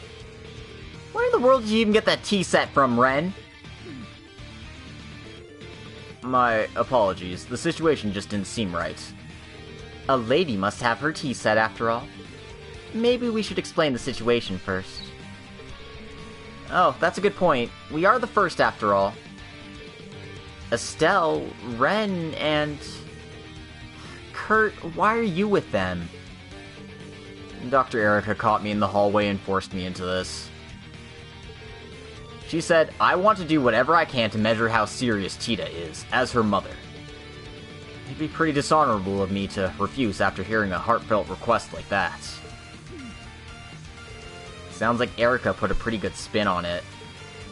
Well, Kurt is really serious after all. Oh, come on, Mom! Me aside, though. What in the world are you doing with them, Princess Alphen? Oh, don't get so hung up on the details.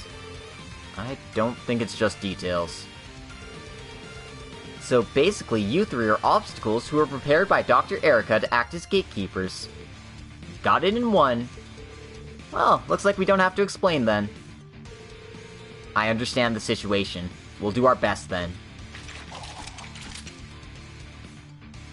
Come at us! The orbital gear was intended to originally compete with Potter Mater, so prove you're at least that strong. Even though I was forced into this, as a swordsman of Vander style, I won't back down. Alright then, one more time. Come at us, Tita. Right, Estelle. Oh no. They get to go first.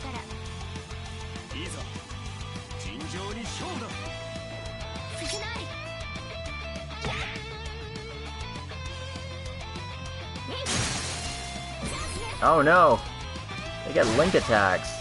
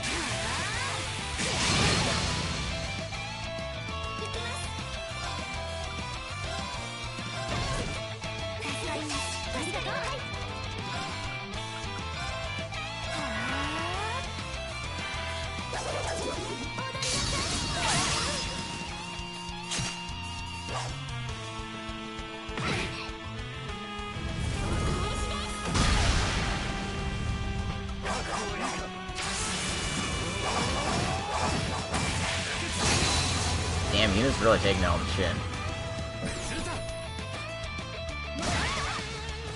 I gotta stop picking on Yuna like that. It's not cool.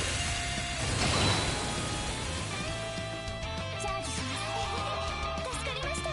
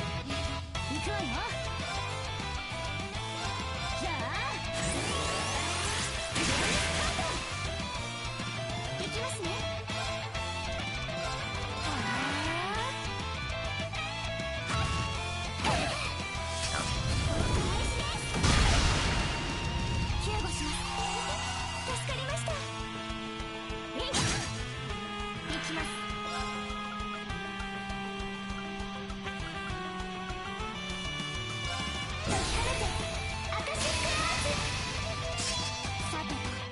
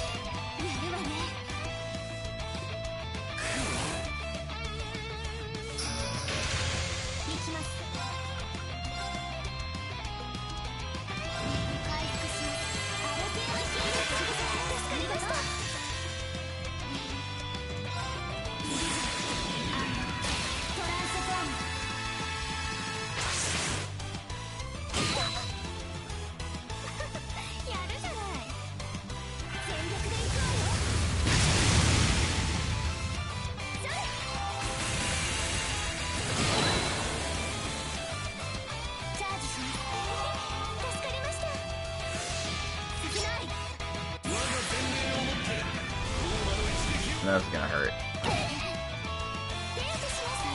It didn't hurt as much as I thought it would.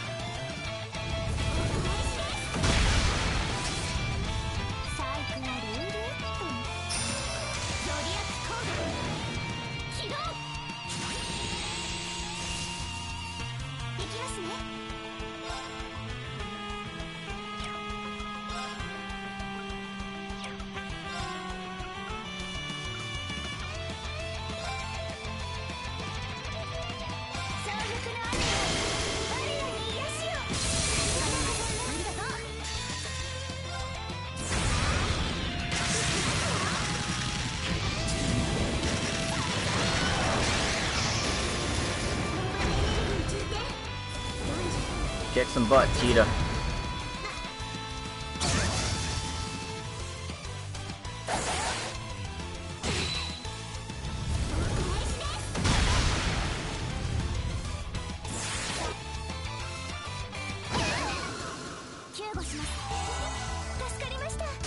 Gotta love instant death triggers. Yep. I was kind of expecting something like that to happen. I don't have they lost, but this is what Chronoburst is for. If for nothing else.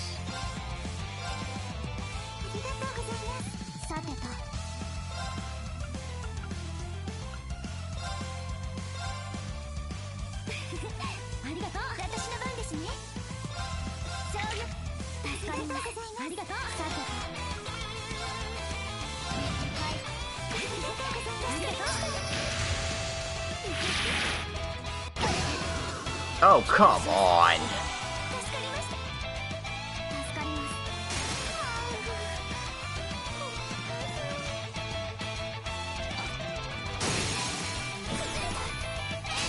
Death proc sucks. Death proc sucks.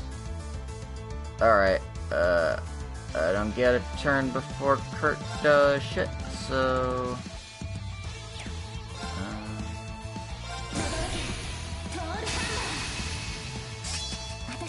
I guess I just do something like this. Can't hit run with that.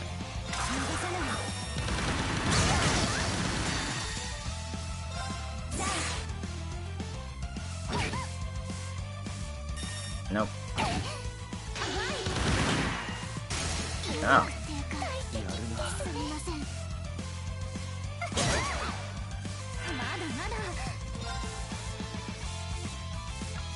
Yeah, this is going swimming, guys.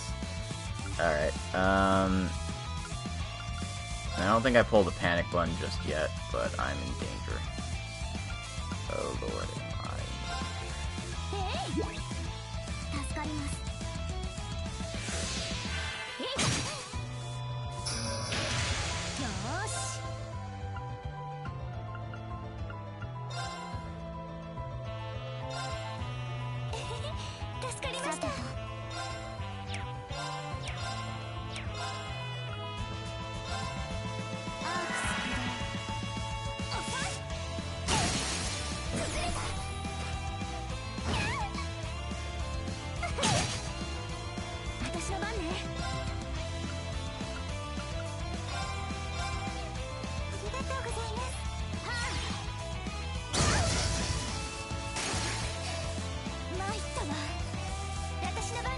Alright, now that my party's all revived... I mean, I suppose Muse had they lost too, so that would have helped, but, you know... Too late for regrets.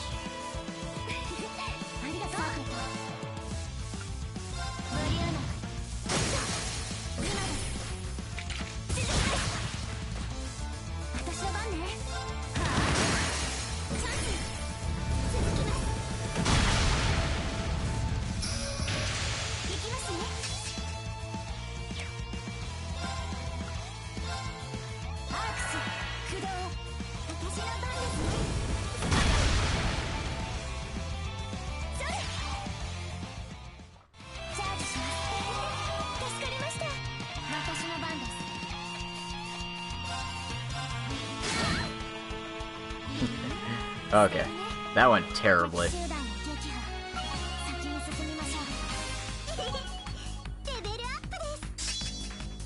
Alright, and...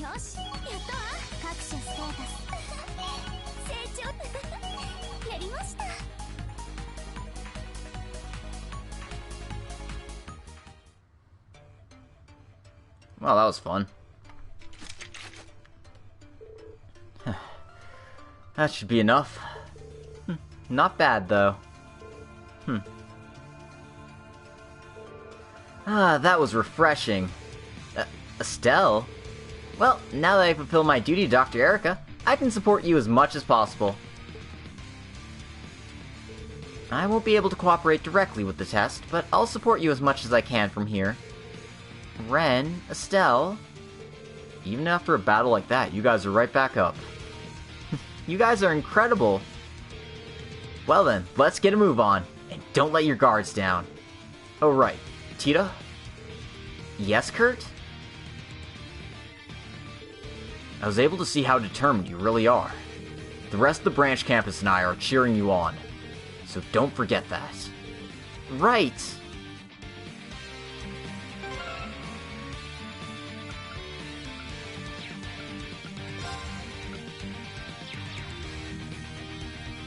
I'm just gonna charge up my EP before I move forward. And yeah, there's probably a second fight. And potentially a third one. Because, I mean, think of all the helpers we've seen. We've seen Elisa, we've seen Agate, we've seen George.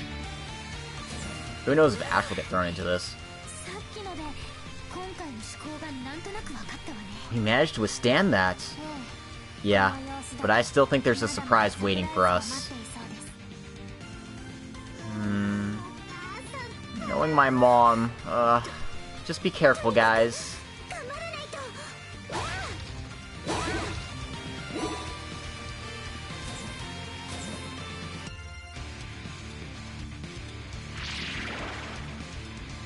Oh, is this mute floor? Not that I particularly care about mute floor. You're welcome. Thank you. Oh, it's EP down. Jeez. And I just recovered it, too. Okay.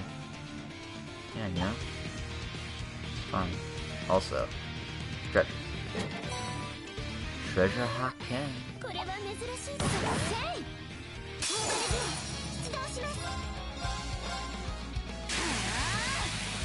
Oh no, not the special degrade stream quality trap. Isn't that bad?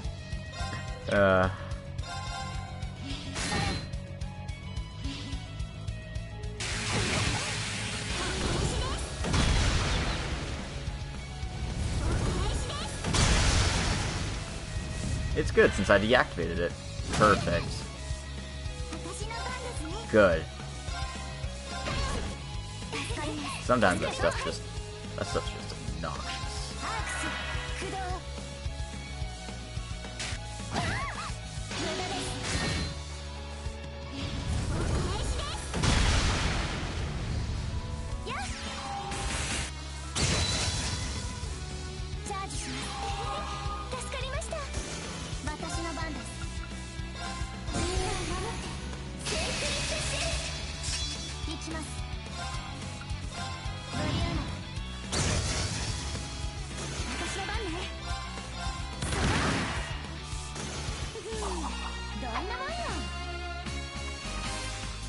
Ow.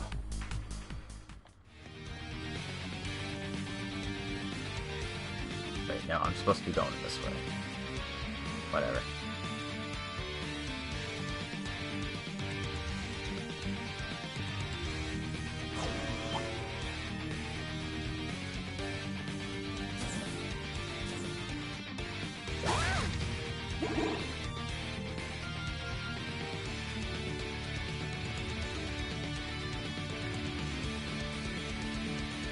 Freaking rave show here.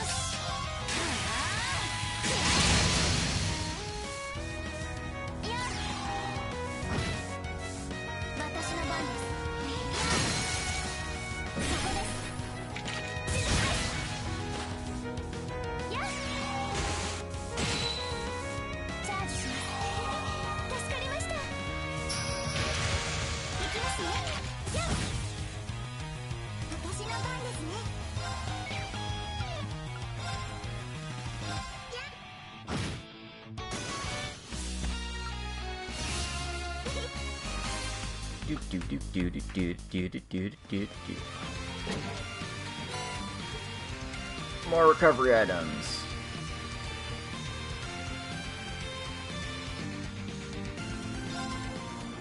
Alright. Time for round 2.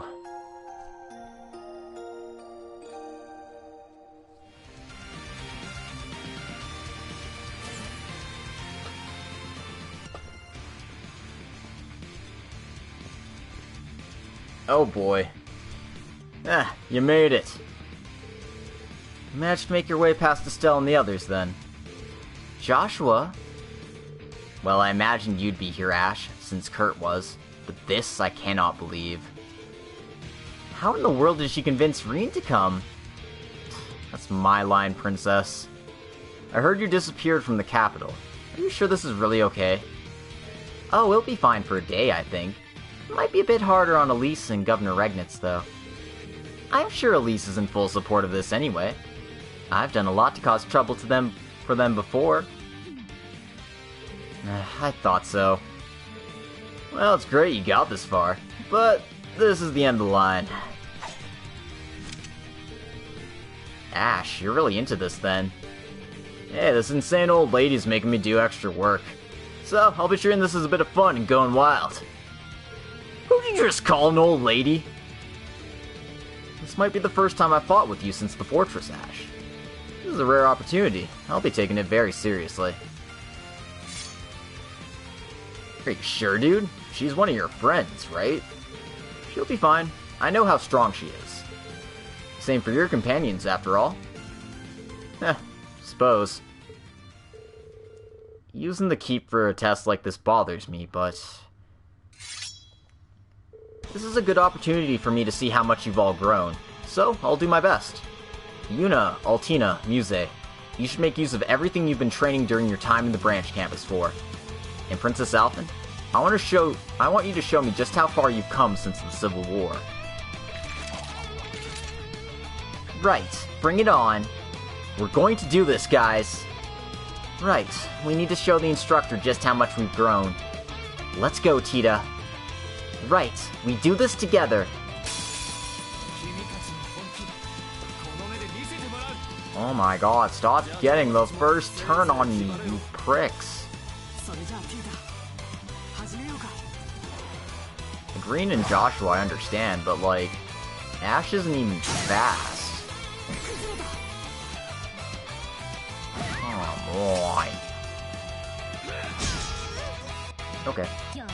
That could have been worse. Could have been better. Could have been worse.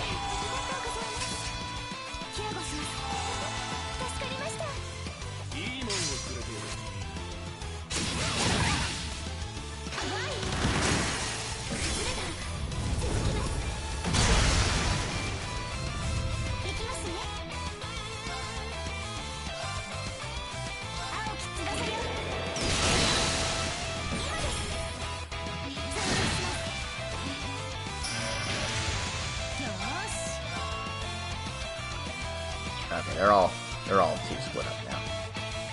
Oh well.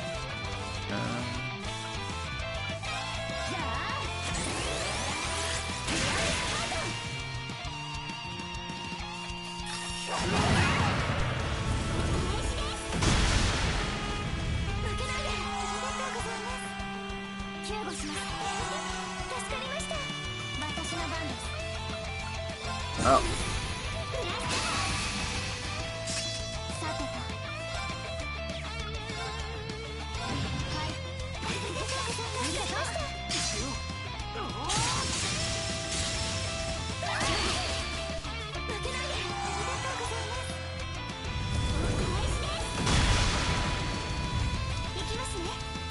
Oh, he's invisible. That's why that didn't work.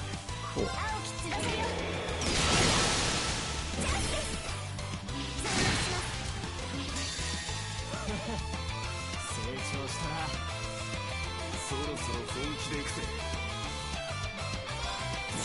Oh, got out of break.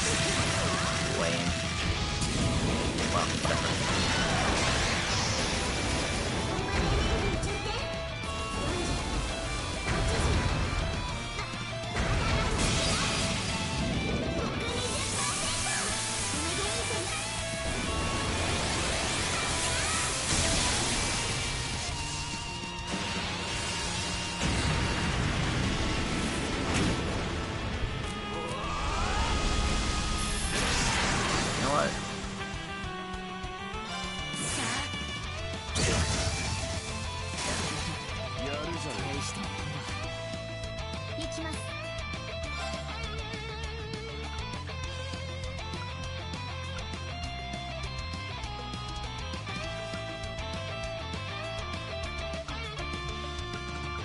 Now I just have to deal with Stealthy Boy, yeah. Let's analyze. What does that do?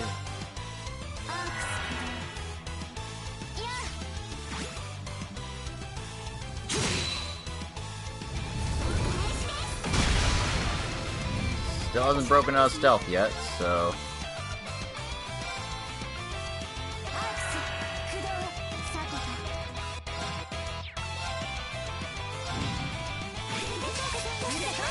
all we can do is buff ourselves up. That's kind of what we're doing.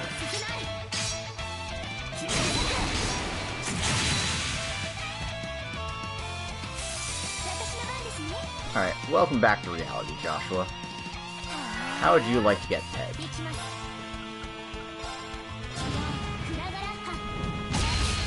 Oh my god, Altina hits.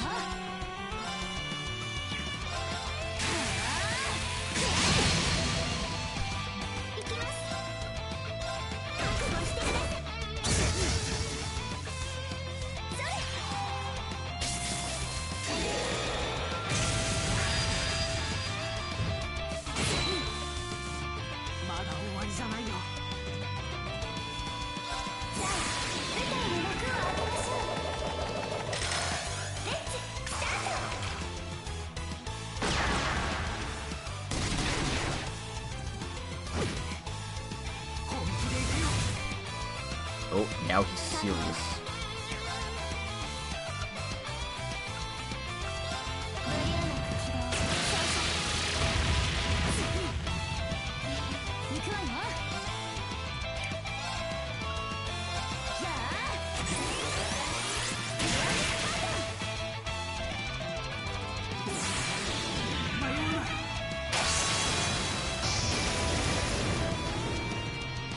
Alright, let's see how much damage you can do, Josh.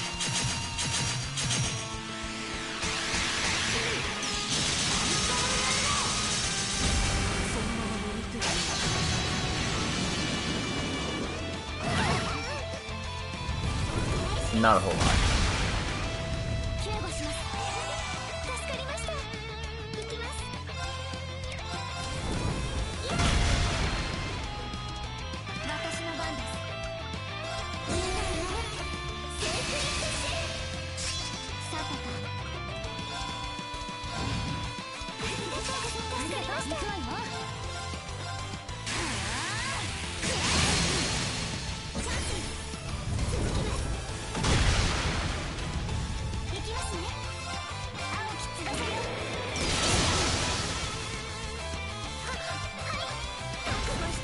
Alright.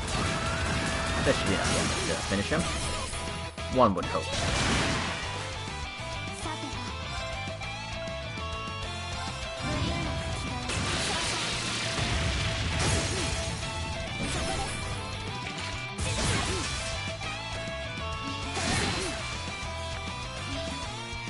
Yeah, that fight went a lot better.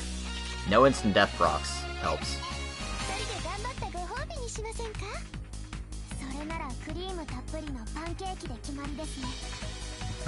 Okay, it's the same one from CS4, but it's still super cute.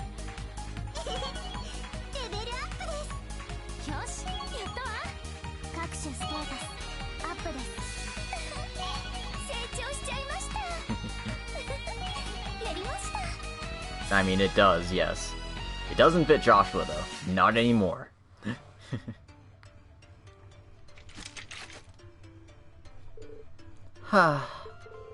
We managed to win somehow. Very good. Your teamwork was spot on. If you can do this much, the final trial will be no trouble for you.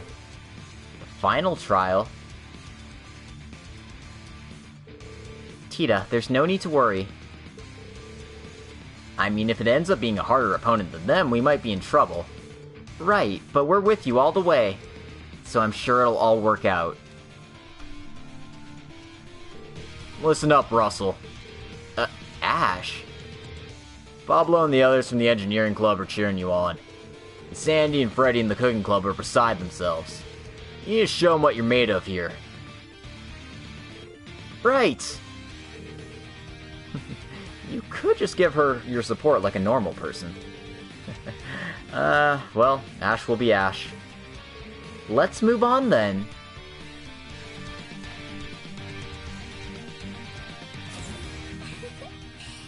It really feels like everyone's putting their heart into supporting you. Yeah, it's something you've earned through your time at the branch campus, Tita.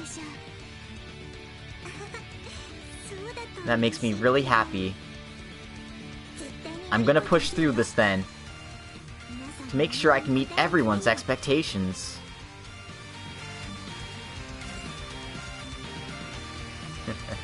I'm kind of just expecting like an Agate and like a Lisa fight simultaneously, but we'll see.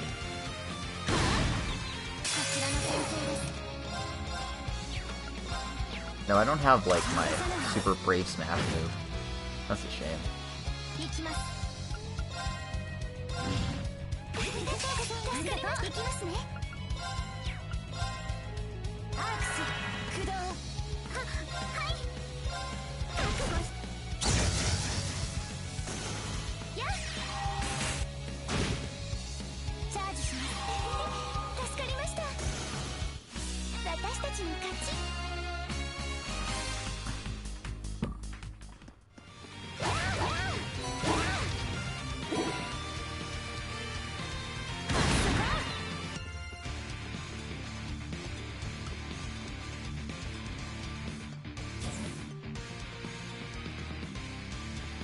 Alright, made it to the end. We can see the end. It's almost time for the final trial. Right. Everyone, lend me your strength. Of course. We're right behind you to the very end. And a good time to save again, I think. Seems reasonable. Reasonable, as the kids might say. What kids? The French kids? You know.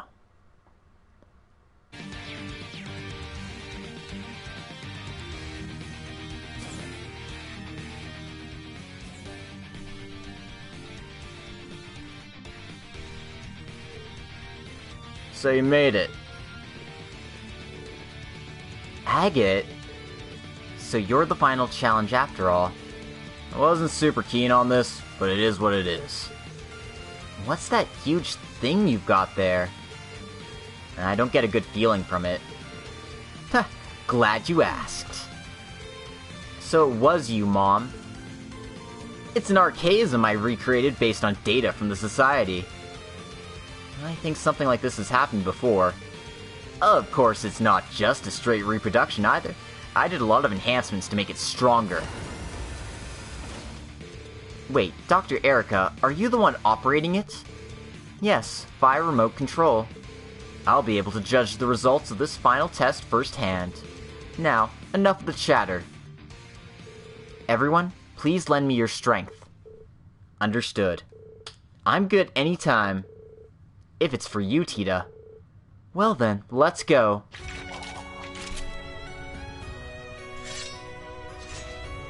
Here goes.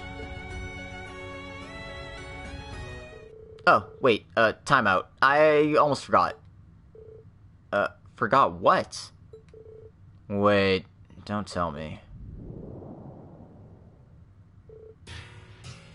Here goes. Gah! Whoa! Sha! Yeah! Mom, she's doing it again. What exactly are you doing, Dr. Erica? This is the success dance. It's a special dance that my mother performs for a child before she starts the experiment. I don't really understand how this helps, but she seems really into it. And this isn't just any success dance. This is the Evolved Success Dance version 3. Now, in the second part of the dance, I'll begin to warm up the machine as well. Yeah! Ah! I knew this was gonna happen. Cut it out, Erica. Oh no, it's just a warm-up I'm doing. It's not like I'm aiming for you on purpose or anything. Ha! Yeah!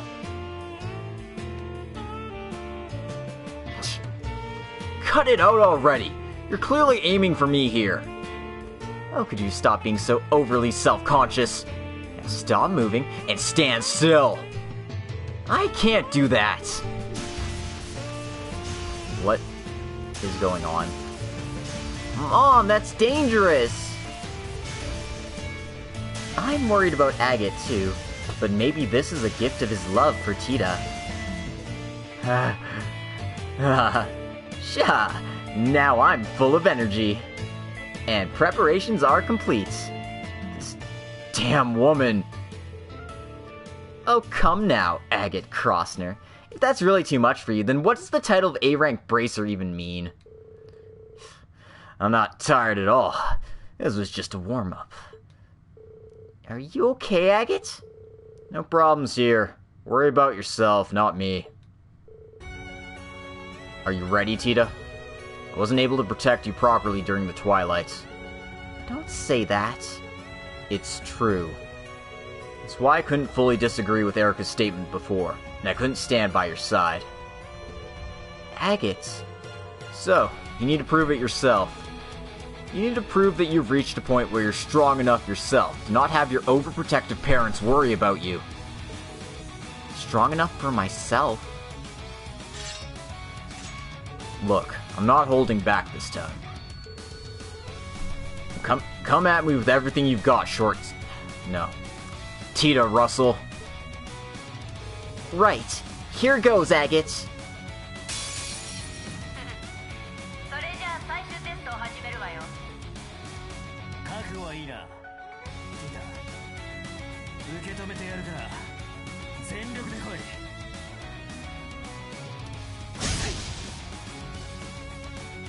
Oh no, it's a lover's quarrel.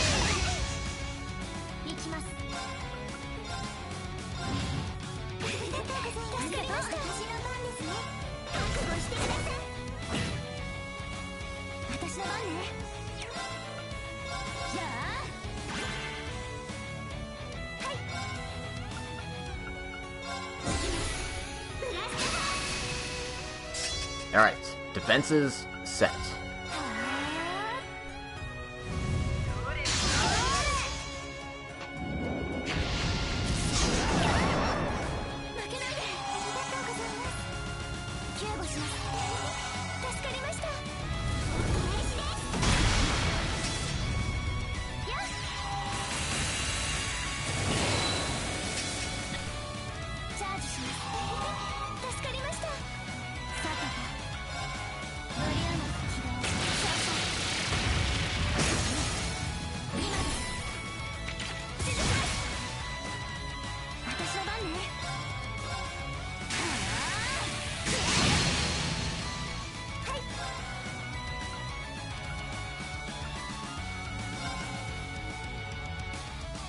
The Screaming Agate series.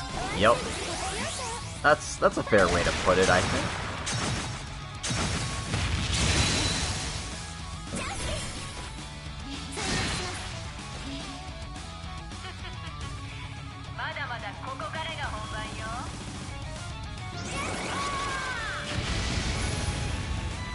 Oh, 3 turns of insight, huh? I think you're cool, huh, don't you? You think you're hot stuff, huh, Erica?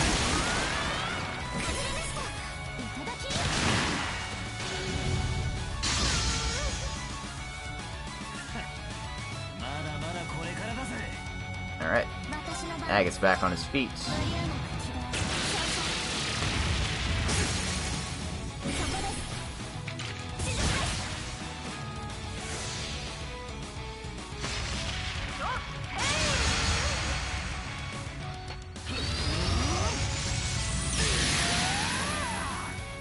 Oh boy.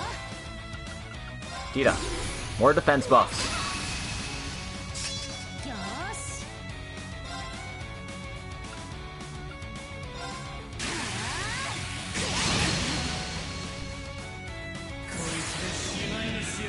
Oh no. He's gonna Dragon Fall me.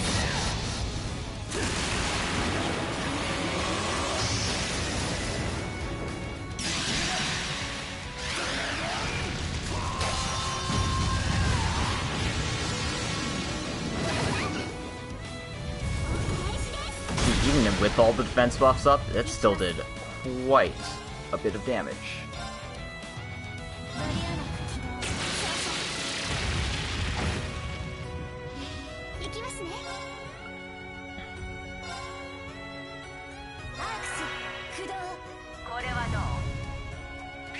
Sure, go for it. Well, I wasn't counting on Tita being blinded. That kind of sucks. Oh, it's the Screaming Agate strat. Yep. And the Screaming Agate strat is generally pretty good.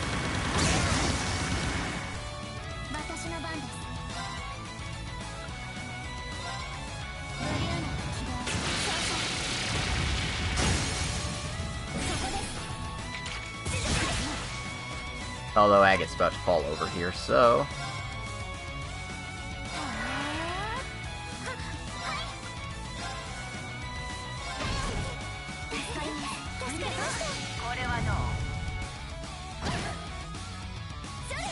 Stop blinding Tita. Jeebus. Alright, Agate down.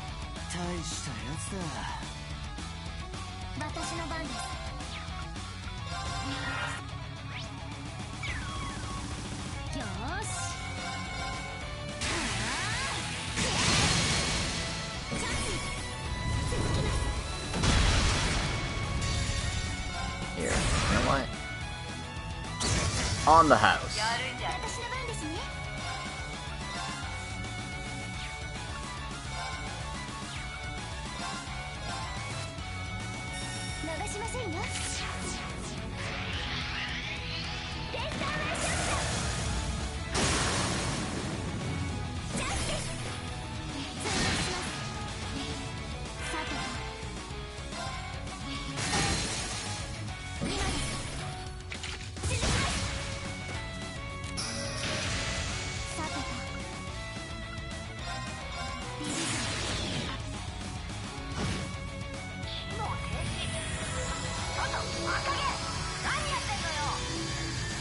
What? Why is it exploding?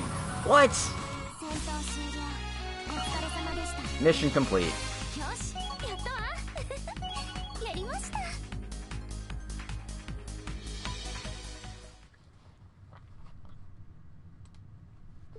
We won?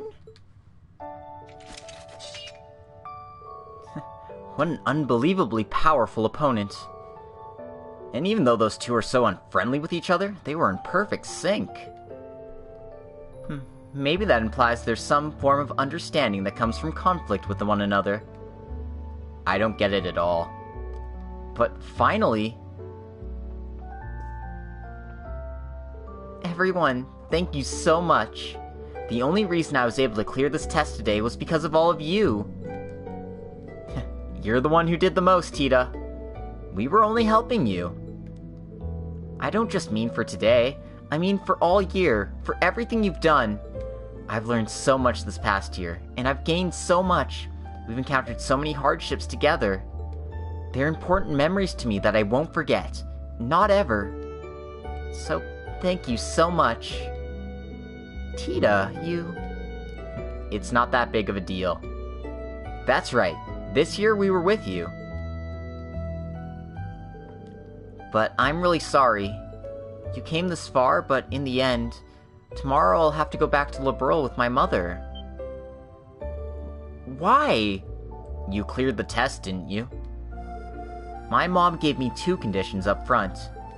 To produce some kind of results that would convince her, and to pass this test. We might have cleared the test, but I don't have any results to show for my work. Because of that accident. You know, the person you saved on that ship was my great-uncle Ballard. So, as his relative, allow me to say to Dr. Erica, no, that's wrong. After all, I knew from the beginning that such a unit could never be mass-produced. Even without the accident, it was flawed. So it's no one's fault but my own that I have no results. Tita, you... I know you were planning to stay in the Empire for a while, Agate.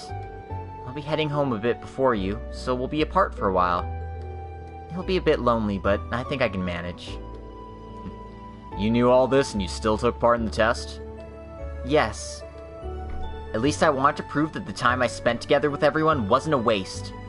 And now that I've done that, I'll never forget this. Tita... I see. I think you've got something wrong here.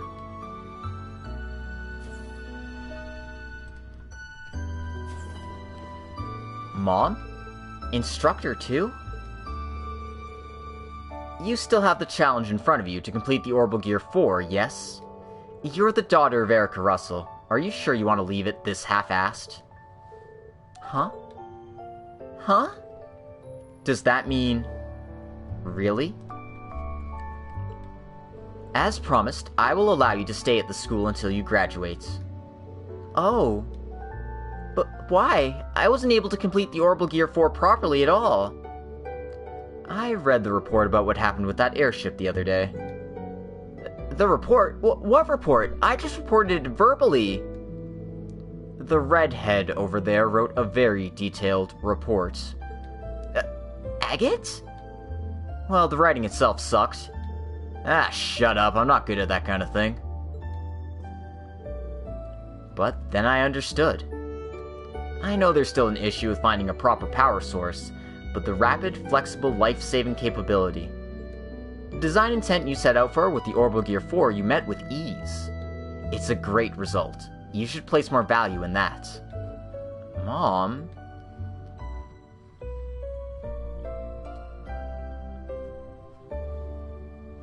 So, I want you to continue producing results. I'll be looking forward to it. Yeah. Somehow, after being so relieved, I had a great idea. I have to draw it up before I forget. Whoop.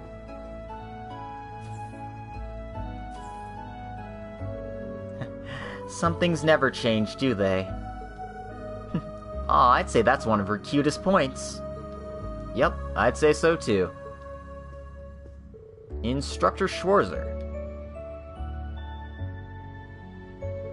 I'll be counting on you to take care of Tita from now on. Well, I'm not her homeroom teacher, but on behalf of the teaching staff of the Thor's Branch campus, I'll accept.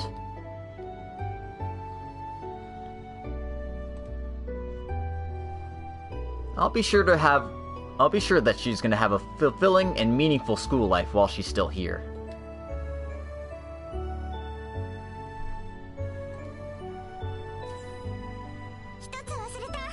Oh, I almost forgot.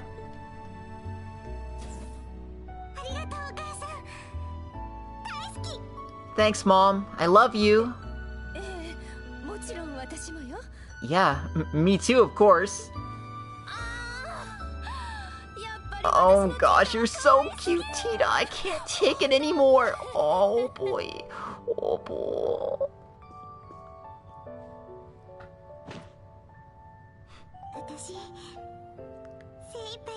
I'll be doing my best, Agate. Please keep watching over me, okay? Oh. Oh. Nice. Tita's quite bold.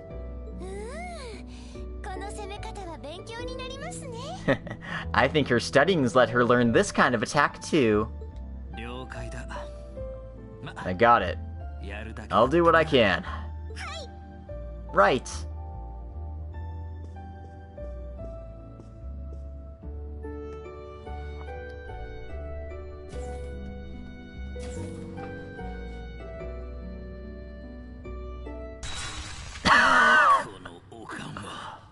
Why do I feel like death is approaching?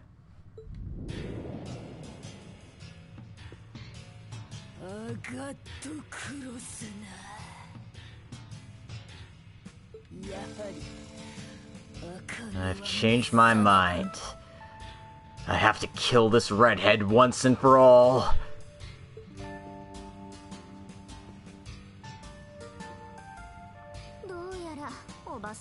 It seems the day that Auntie can finally worry less about Tita is still far away.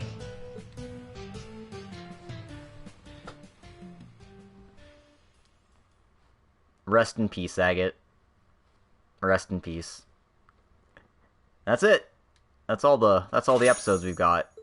And for our trouble, we received 7,000 Mira and a new quartz. This is an earth quartz. So what are you? This is...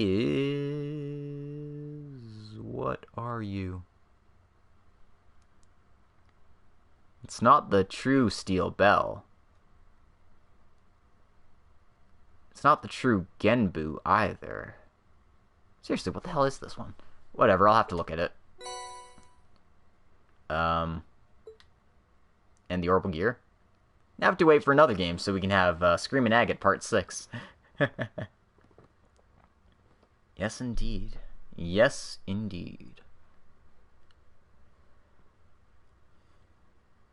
Now loading. Now loading this.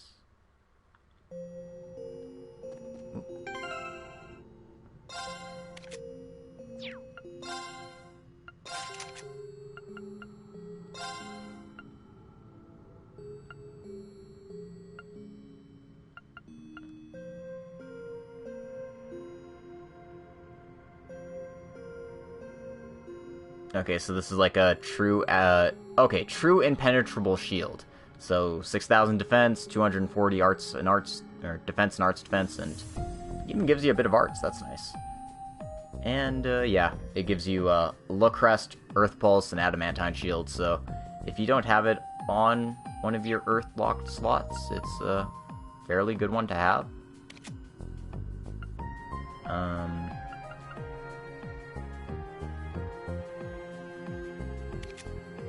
I don't know. Probably not anyone in this party, though. But with all of those episodes cleared, and everything just kind of generally a ways away, I think this is a good stopping point for today. Thanks for coming, everyone. I hope you enjoyed this episode of Hajimari no Kiseki, and I hope you'll join me next time when the spreadsheet comes out for the October translation stuff, so we can finish up the True Reverie Corridor, see the post-game episode, and do all of that fun stuff. My name is Logic Blade, I stream on Twitch, and I port all my videos to YouTube, so you can check me out at both places. If you want to support the channel, follow me on Twitch, subscribe, like, comment, do all of those things, and that all helps. And if you want to support the channel even more, I do have a Patreon account. Links are below in the description. With all that said, have a good night, everyone, and we will see you next time. Fare thee well.